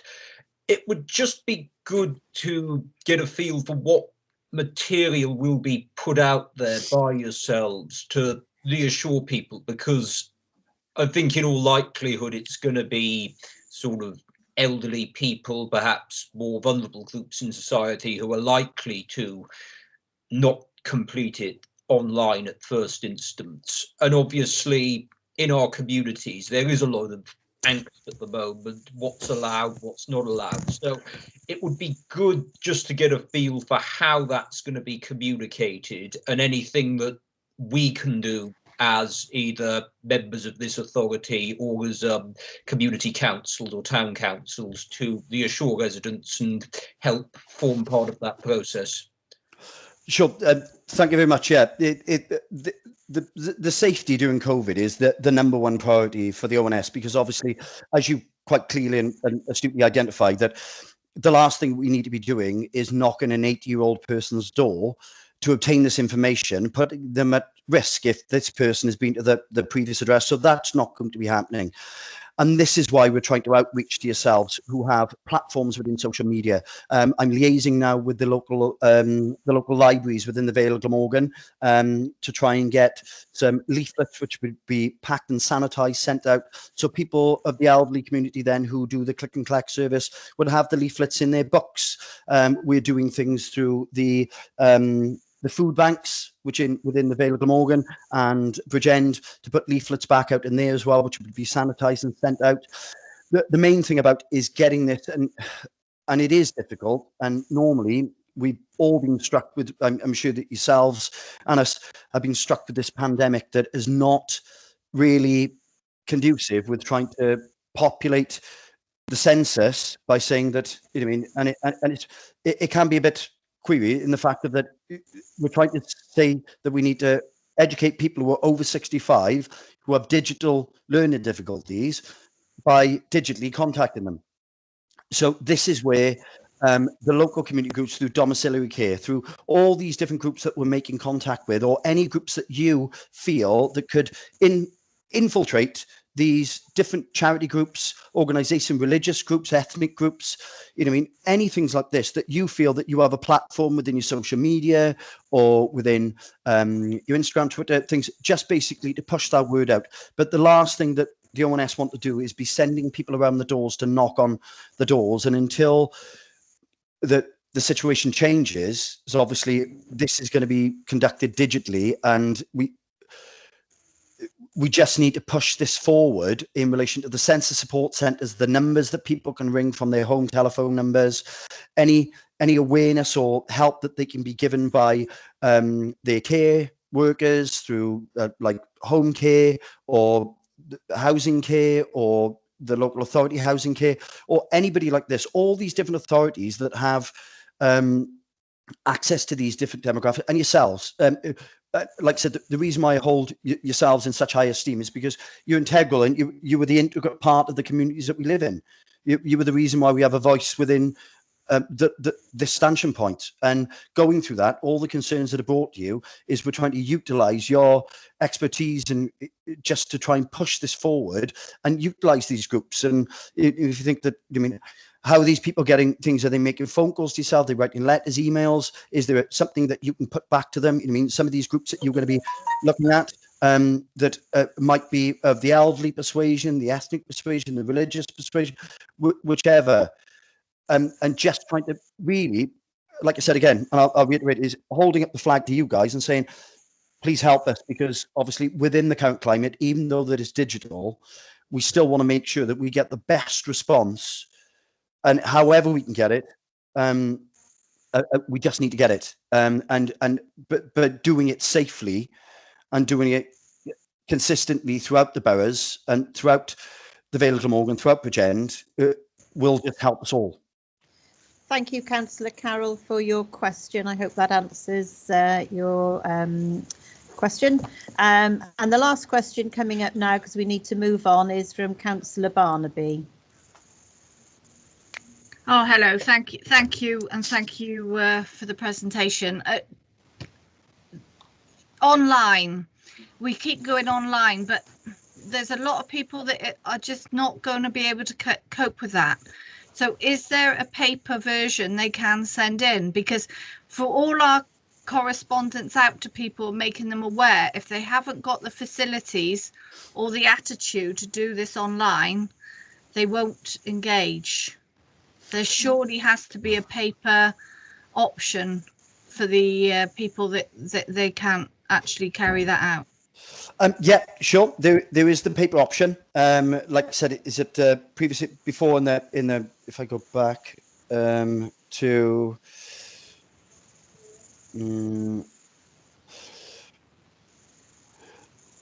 That's okay. How will they get their paper option? They're gonna get the paper option by post, and obviously, again, this is going to be a multi-agency approach in relation to obtaining these people who do need the paper option. And like I said, obviously the above 65 and the above 80, my parents, for instance, just using things, they won't be completed online. They're gonna need a census questionnaire, so they will go through that process. However, that if there is people within that family or authority things to help them out, even if you know what I mean, that people can access it for them online and do it over the phone with mum and dad or auntie and uncle. But if they do need that paper census, of course, that's going to be 100%. And this is what this follow-up is after the 21st.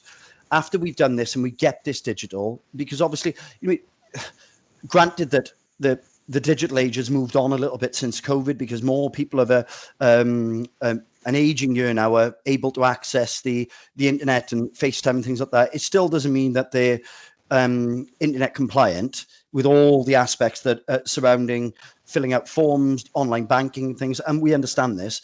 But what any paper copy that people will need, for reasons that they can't, of course, that they will be sent out. They'll be sent out by mail form.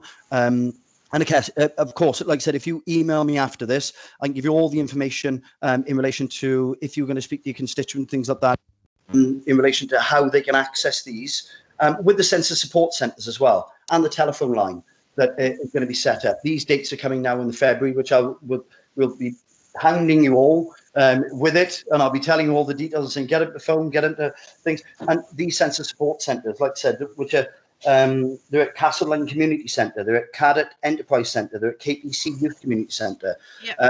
So these are the places that are going to be utilised, the census support centres. So there's going to be lots of different avenues, even though that we say it's digital, it's online. There are still provisions for lots of different people to complete it via postal. So they'll be sent it out and it'll be exactly the same. Stick it back in the post and off you go. Or, you know what I mean, you can speak to the online service or the telephone service. Okay, Councillor Barney. Can I just come back on one thing? You mentioned that you could get somebody else to fill it in for you online. Is that safe? Of course. The thing is that is what I'm trying to say is that if it's your parents, for instance, who are infirm or elderly or disabled, as long as that you are happy and that they are happy that you are going to be filling it out, because obviously there's going to be some over 80s that are unable, or over 60s, or many different disabilities or different community groups that are not going to be able to fill it out either by paper or via say, for instance, a disabled person who is not able to write to anything else like that. We want to catch their data because their opinions and their viewpoint counts. So yes, of course, like I said, as long as you've got a trusted person to help you out, even if you have domiciliary care workers that are working at a care home with an 89-year-old that needs to be have the data taken just to say, listen, I'm 89, I'm in the care home, I get this.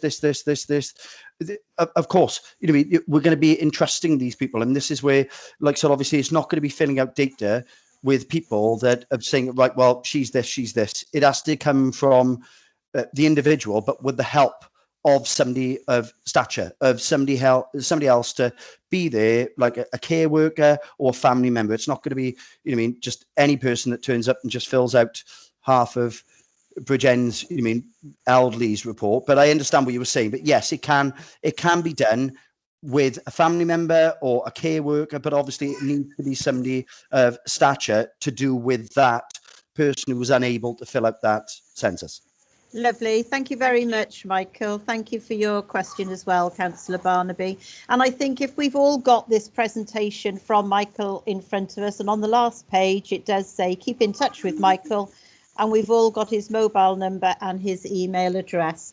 So it's something you're very passionate about, Michael, and I thank you very much for coming to this committee here tonight to present it. And massively, thank you very much. I know that I've taken up quite a bit of your time and you've got many more important things to be dealing with this evening, and sorry for taking up so much of your valuable time, but it was a pleasure to present it for you tonight. And like I said, echo your points that I am very passionate about it, because obviously that the better census output that we get, the better money that we get back for Vale of Glamorgan and Bridgend, and we get this money back in the community to help our local community for all the things that you were talking about tonight, which gives these local authorities transport, education, infrastructure, gives them this money. This is where it comes from. But thank you very much, guys. Thank you so much for having me. Okay, good night. Good night.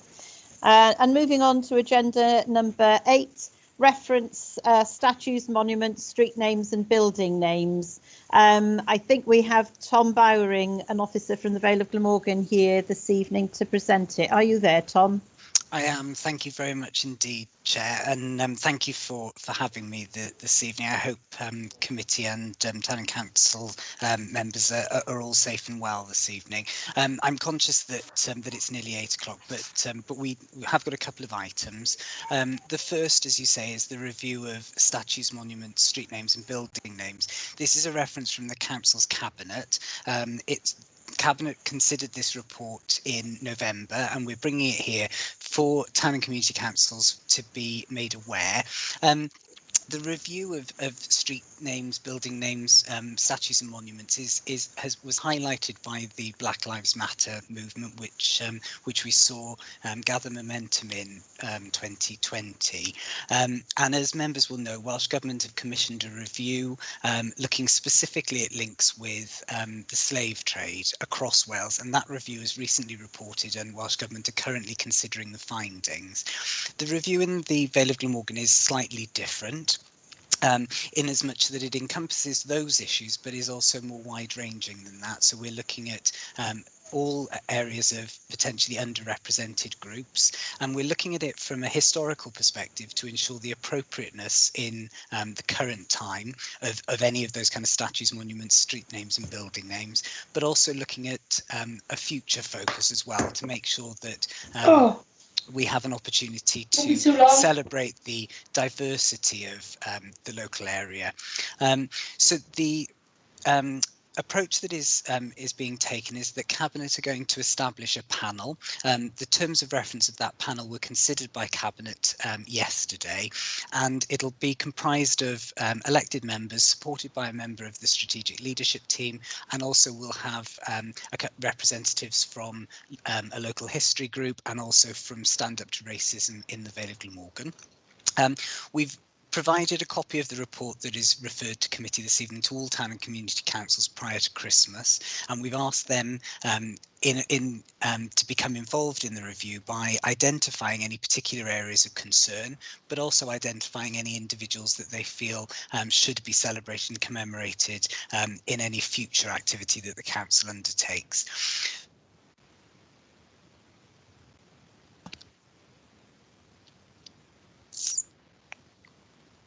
I'm not sure if we've lost Tom there, Chairman. He Yeah. seems frozen. I hope I'm back now. Oh, you're back. Yes, you're back. I do apologise. It was my connection dropping out, not me. I think you've dropped out again, Tom. Can you hear me now, Chair? Yes, I can.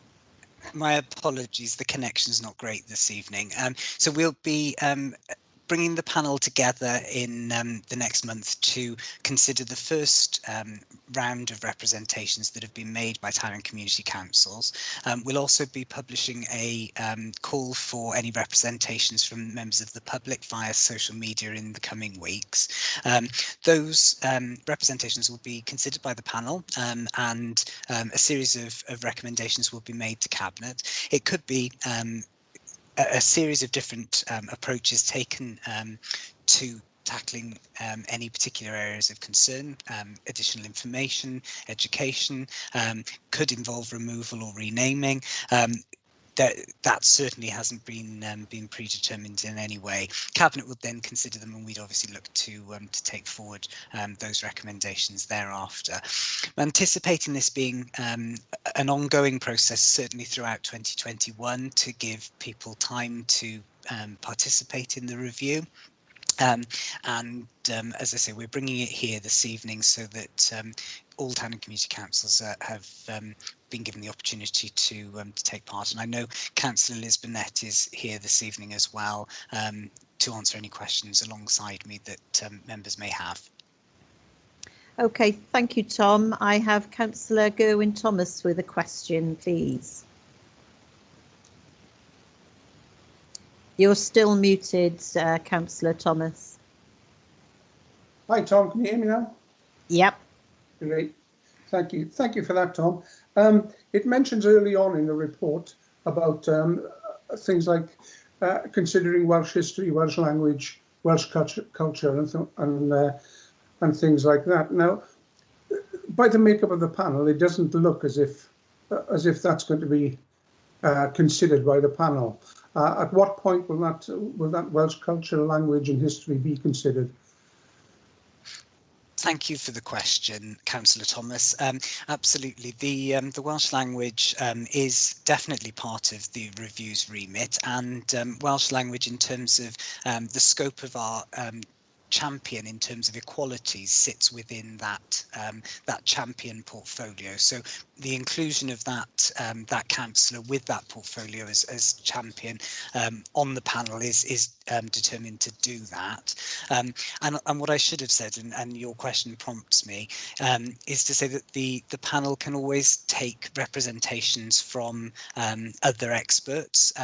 It's entirely designed to do that we'd bring in calls for evidence if we feel that it's useful to have that full and rich understanding from a variety of different perspectives. So absolutely, Welsh culture and diversity is definitely part of the review's remit. Thank you very much, Tom. Can I have Councillor Gareth Halloway, please? Oh, thank you, Chairman. A quick question, please, for Tom. This is obviously a highly provocative and highly sensitive subject, hence the reason to get it moving and get going. It's really good to hear that you're going out for wide public consultation and lots of input from the public. I would just, obviously, from previous experience and things I've done myself like this, just be aware, I'm sure you're aware, of anything involving the public input, including keyboard warriors and trolls and all the rest of it. You're going to be getting possibly such a thing like Boaty McBoatface that came up at the time regarding naming a ship. I hope that the process put in place is very, very stringent and rigorous around getting the right input to the process, so that we are going to be having a positive and productive output to address the current situation. It's a very serious subject, and we want the right result. Thank you very much for that, Gareth. Yeah, absolutely. You're entirely right, and we will certainly look to make sure that, and that's the reason for establishing that panel, to make sure that representations are given due consideration in a proper and robust way. Thank you, Tom. And I have a question from Councillor Liz Burnett. Thank you, Chair. I just wanted to provide a little bit of context and a little bit of reassurance to committee, if possible. As I commented when it came to Cabinet, that I totally agree with some of the comments that we've had tonight. This is a complex issue, but it's very right that we address it now. It was obviously brought to the fore by the Black Lives Matter movement. But I think it's really important that our towns and communities should reflect the people within them and the culture of that community. And one of the things that we've done, it doesn't all have to be about ripping things down. I mean, I must be honest, I don't know whether or not that is a constructive way forward. But this is an advisory panel, and the feedback on how this should be managed is actually going to come from people within our community. So we're very much looking to town and community councils to talk to us about their views of their communities. But it should also be seen as an opportunity to do something very constructive. That historically, people that were commemorated within our communities tend to come from quite a small sector of the community. And I think most communities have got people who've contributed huge amounts within that community that aren't noticed. So that means that if you're talking about sense of place, about culture, then younger people coming up through our towns don't get to know about their history. They don't understand where they came from. And the other side of it is, most people will know that we started off by having some lighting effects in some buildings in Barry. We've got a couple of shelters and the Hood Road tunnel, and those are lit up to commemorate special occasions. And we all know things like Remembrance Sunday, and it's super when they can all be lit up red. But I can remember the reaction this year when we lit up the tunnel for Baby Loss Awareness Week. Now that's not a huge thing for most people. They wouldn't even know why we've got pink and blue lights. But the people that Baby Loss Awareness Week meant a huge amount to really did know that it made a difference to them, and they felt recognised and they felt their grief recognised by their community. And we had feedback to that. So this is all part of that placemaking within our communities, so that we all feel that we belong and are valued in our communities. But town and community councils really do need to help us. We would really appreciate the help from town and community councils, so that the advisory panel can find the right way forward for each of these issues. Thank you, Liz. Do I have any other questions this evening? No, so I can thank Tom for his presentation and Liz for your added support there. Moving on to agenda number 9 and the last agenda item. It's the draft Vale of Glamorgan Council Annual Delivery Plan 2021-22. And I think, Tom, this is down to you to present this as well, please. No problem at all. This is your grand finale to the evening. Chair, thank you for taking this. We've brought this to committee as part of the consultation process on the annual delivery plan. You'll remember I was here this time last year talking about our new corporate plan, which sets out how we're going to achieve our wellbeing objectives over the next 5 years, and that we were looking to publish an annual plan, which was in response to the consultation feedback that said that partners such as town and community councils, and importantly the public, really would appreciate understanding the specific actions that the council is going to take within a particular year. I've got to say that trying to pull together such a plan for an organisation like ours is no mean feat in normal times, but at a time where we've seen such turbulence in the last 12 months and such uncertainty for the next 12, it's been particularly challenging. So it's deliberately ambitious. Cabinet have set out a series of ambitious challenges for us to deliver across our 4 wellbeing objectives. There is obviously some uncertainty around that and will require some flexibility, but what it does is set out for each of the 4 wellbeing objectives, which are to work with and for our communities, to support learning, employment and sustainable economic growth, to support people at home and in their community, and to respect, enhance and enjoy our environment. It sets out a series of actions that we're going to look to take. It draws together the recovery strategy work, so the response and recovery from coronavirus. So you'll see aspects of digital learning, recovery in town centres, supporting active travel in response to people's changing travel patterns, and also some of the more kind of business as usual things that we were all talking about 12 months ago in terms of our commitment to increasing recycling, looking at how we can better engage, involve and consult with members of the public and partners such as yourselves. So it brings all of those things together, sets out a roadmap for the next 12 months. The process that we're going to go through now, as I say, we've been consulting on this since before Christmas.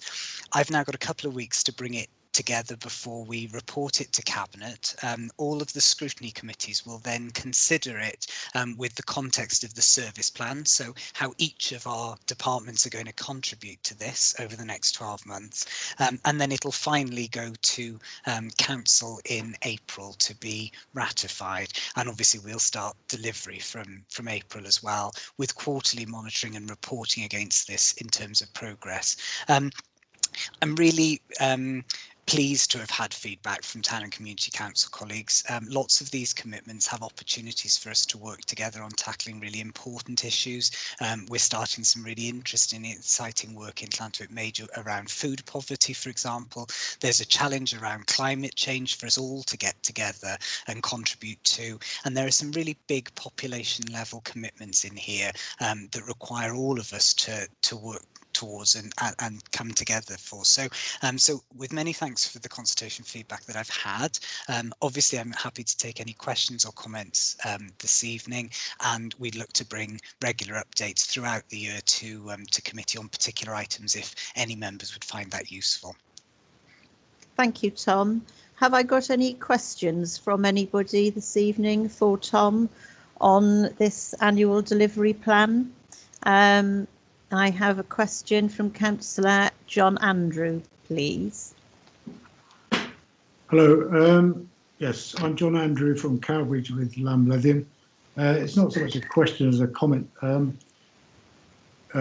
with Lamblethian Town Council sent some written comments in on the 21st of January.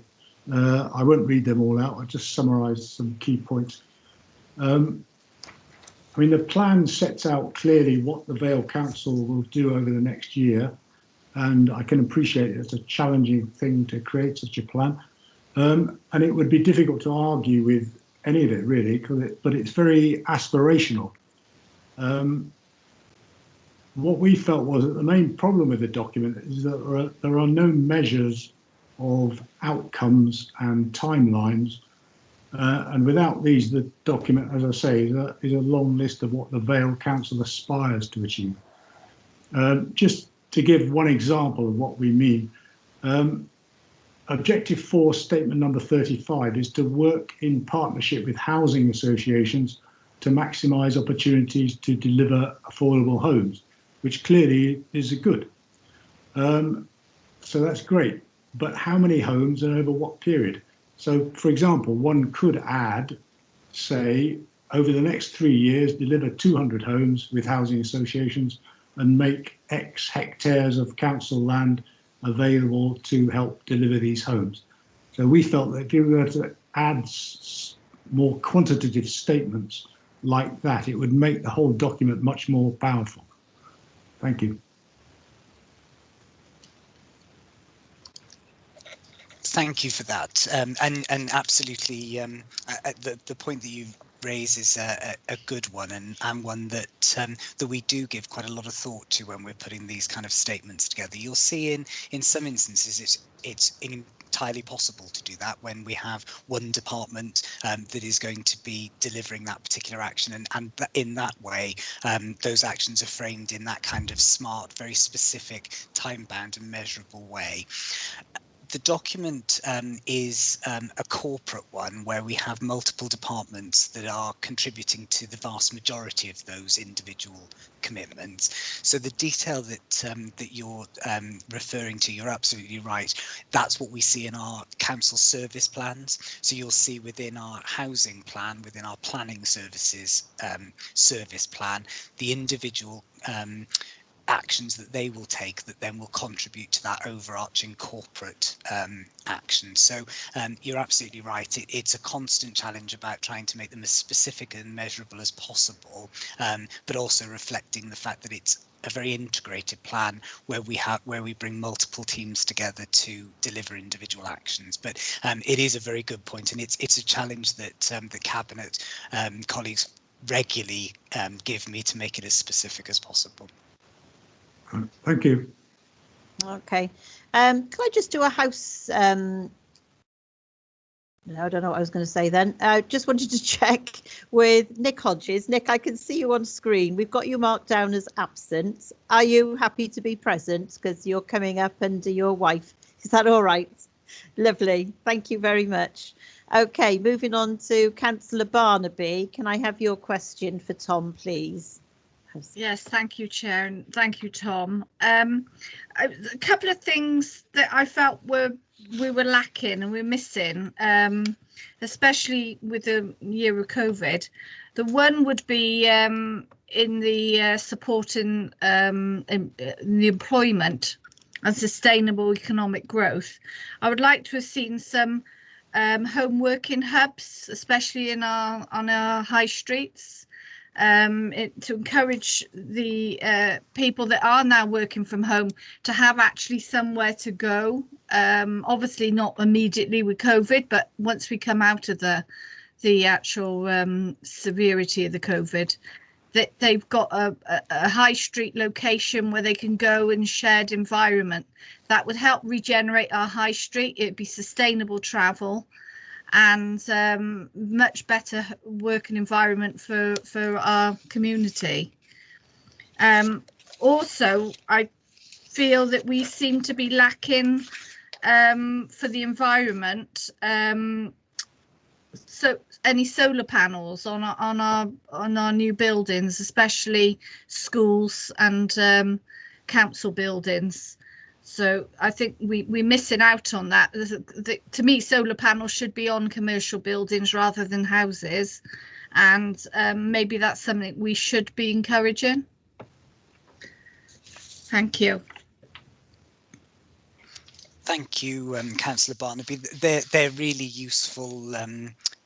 That's really useful feedback, and certainly the issue of home working hubs or shared office space for small businesses or independent individuals who require some space is something that actually is being progressed. So I think if it's okay with you, I can certainly give that feedback to our planning and regeneration team, because I know that there are some commitments within their service plan that contribute up to the town centre regeneration actions particularly, and I know Councillor Burnett will have some more information on that. And in terms of the kind of green infrastructure and solar energy, climate change commitment, those things are definitely referenced within the annual delivery plan draft, but I can certainly make sure that the kind of renewables theme is picked up within the relevant service plans. So no, thank you very much. That's really useful feedback. Thank you, Tom. If I go to Councillor Liz Burnett, who might add to that. Thank you. Thank you, Chair. Yes, certainly providing space for remote working is something that's very much on the agenda for the regeneration team. And in fact, in the gap between lockdowns, they were actually building on a project that they'd already been doing, which was looking at remote working spaces within the sort of rural areas of the Vale to provide support for hospitality businesses that wanted to develop that, while we were in the sort of summer months when we were able to get out and about. That's obviously something that they will be picking up again in the future. And in terms of solar PV, etc., on buildings, on school buildings, that is something that we're taking forward. All our schools are at least BREEAM excellent in their all our new build schools, and the increasingly now the schools that we're building are moving towards zero carbon in use schools, which means that they actually generate their own electricity and don't draw fuel off the grid, and so they are totally electric schools, and then they produce their own. But I was at again before lockdown, I was up at the new build on for Whitmore High School, and up on the roof there, and seeing virtually a complete roof full of solar PV panels. So it's something very much on our agenda, and I'm quite happy to ask the 21st Century Schools team to provide an update for committee if that would be of use. Thank you, Liz.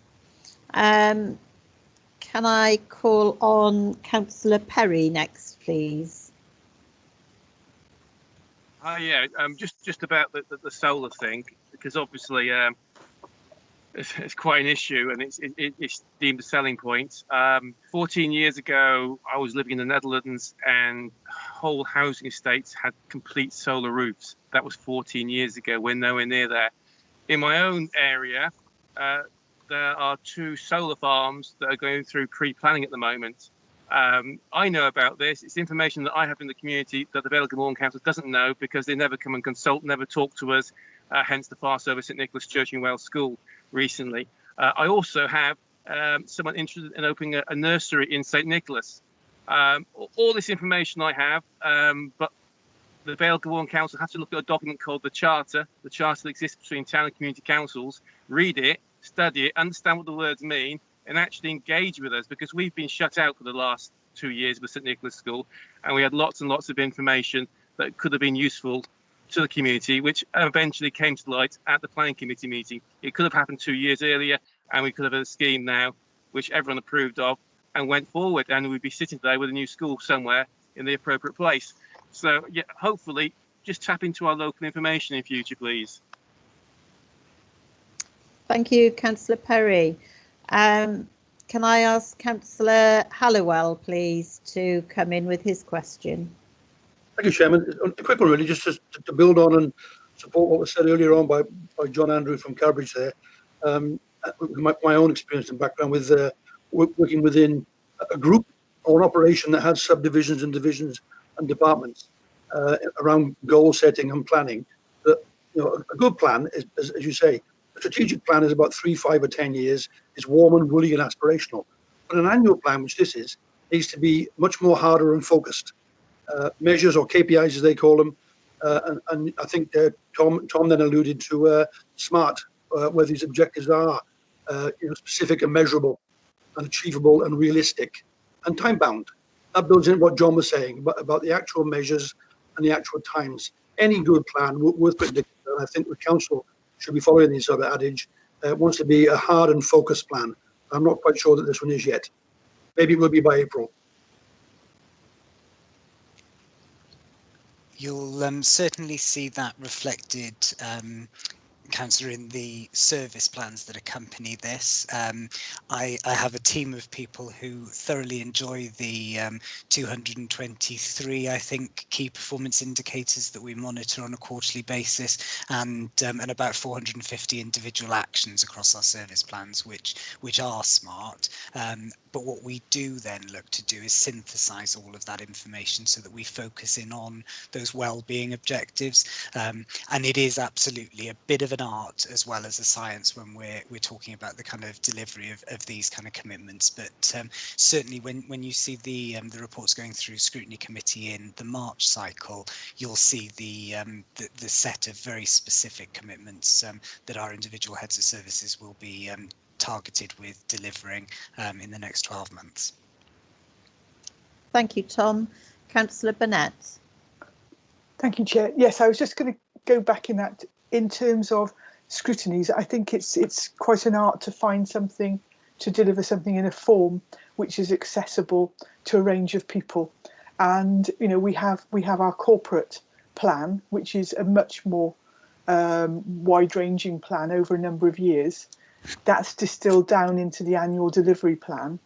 But if we want to get down to the specifics of how many houses we plan to build, where, how many, what are we going to do in terms of regeneration in this year, that's where we need to look at the service plan, and they come through scrutiny on a regular basis. I mean, I'm just currently going through the education team service plans and signing those off, and they are much more specific. I'm sure that Tom's team would be able to provide a copy of a specific service plan so that committee members could look at that and see how the 3 levels of plan fit together.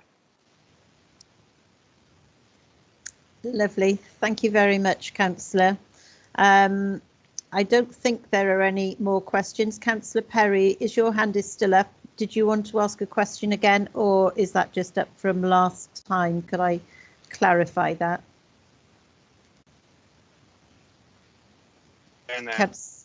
Councillor Perry? No, I think it's up from. Okay, lovely. It's gone down. Should have gone down there, sorry. No, that's quite all right. It's difficult, isn't it? But thank you all for your questions. I can't see any more questions. We've had a lot of questions tonight, and I do thank you all for them.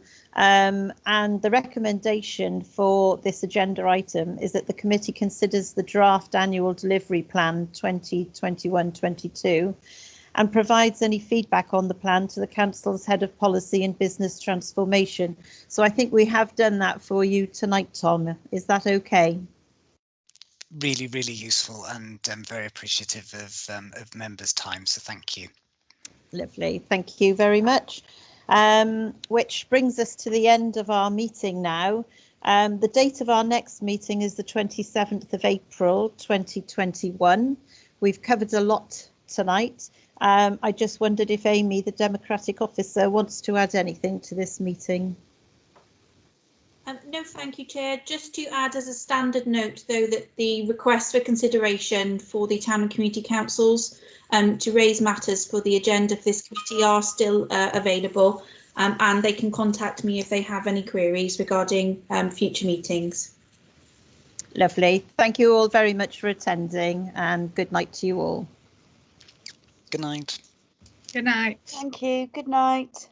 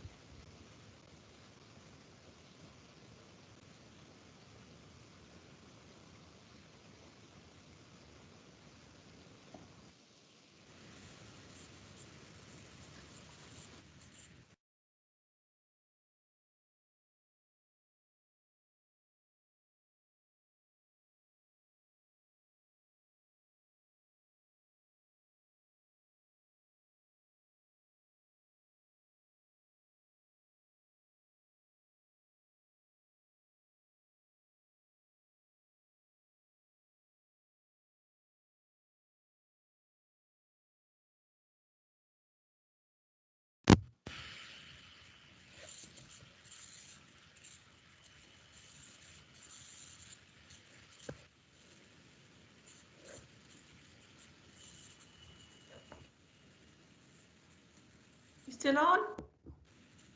Hi, Aka. Yeah, I'm just trying to stop the recording. Yeah.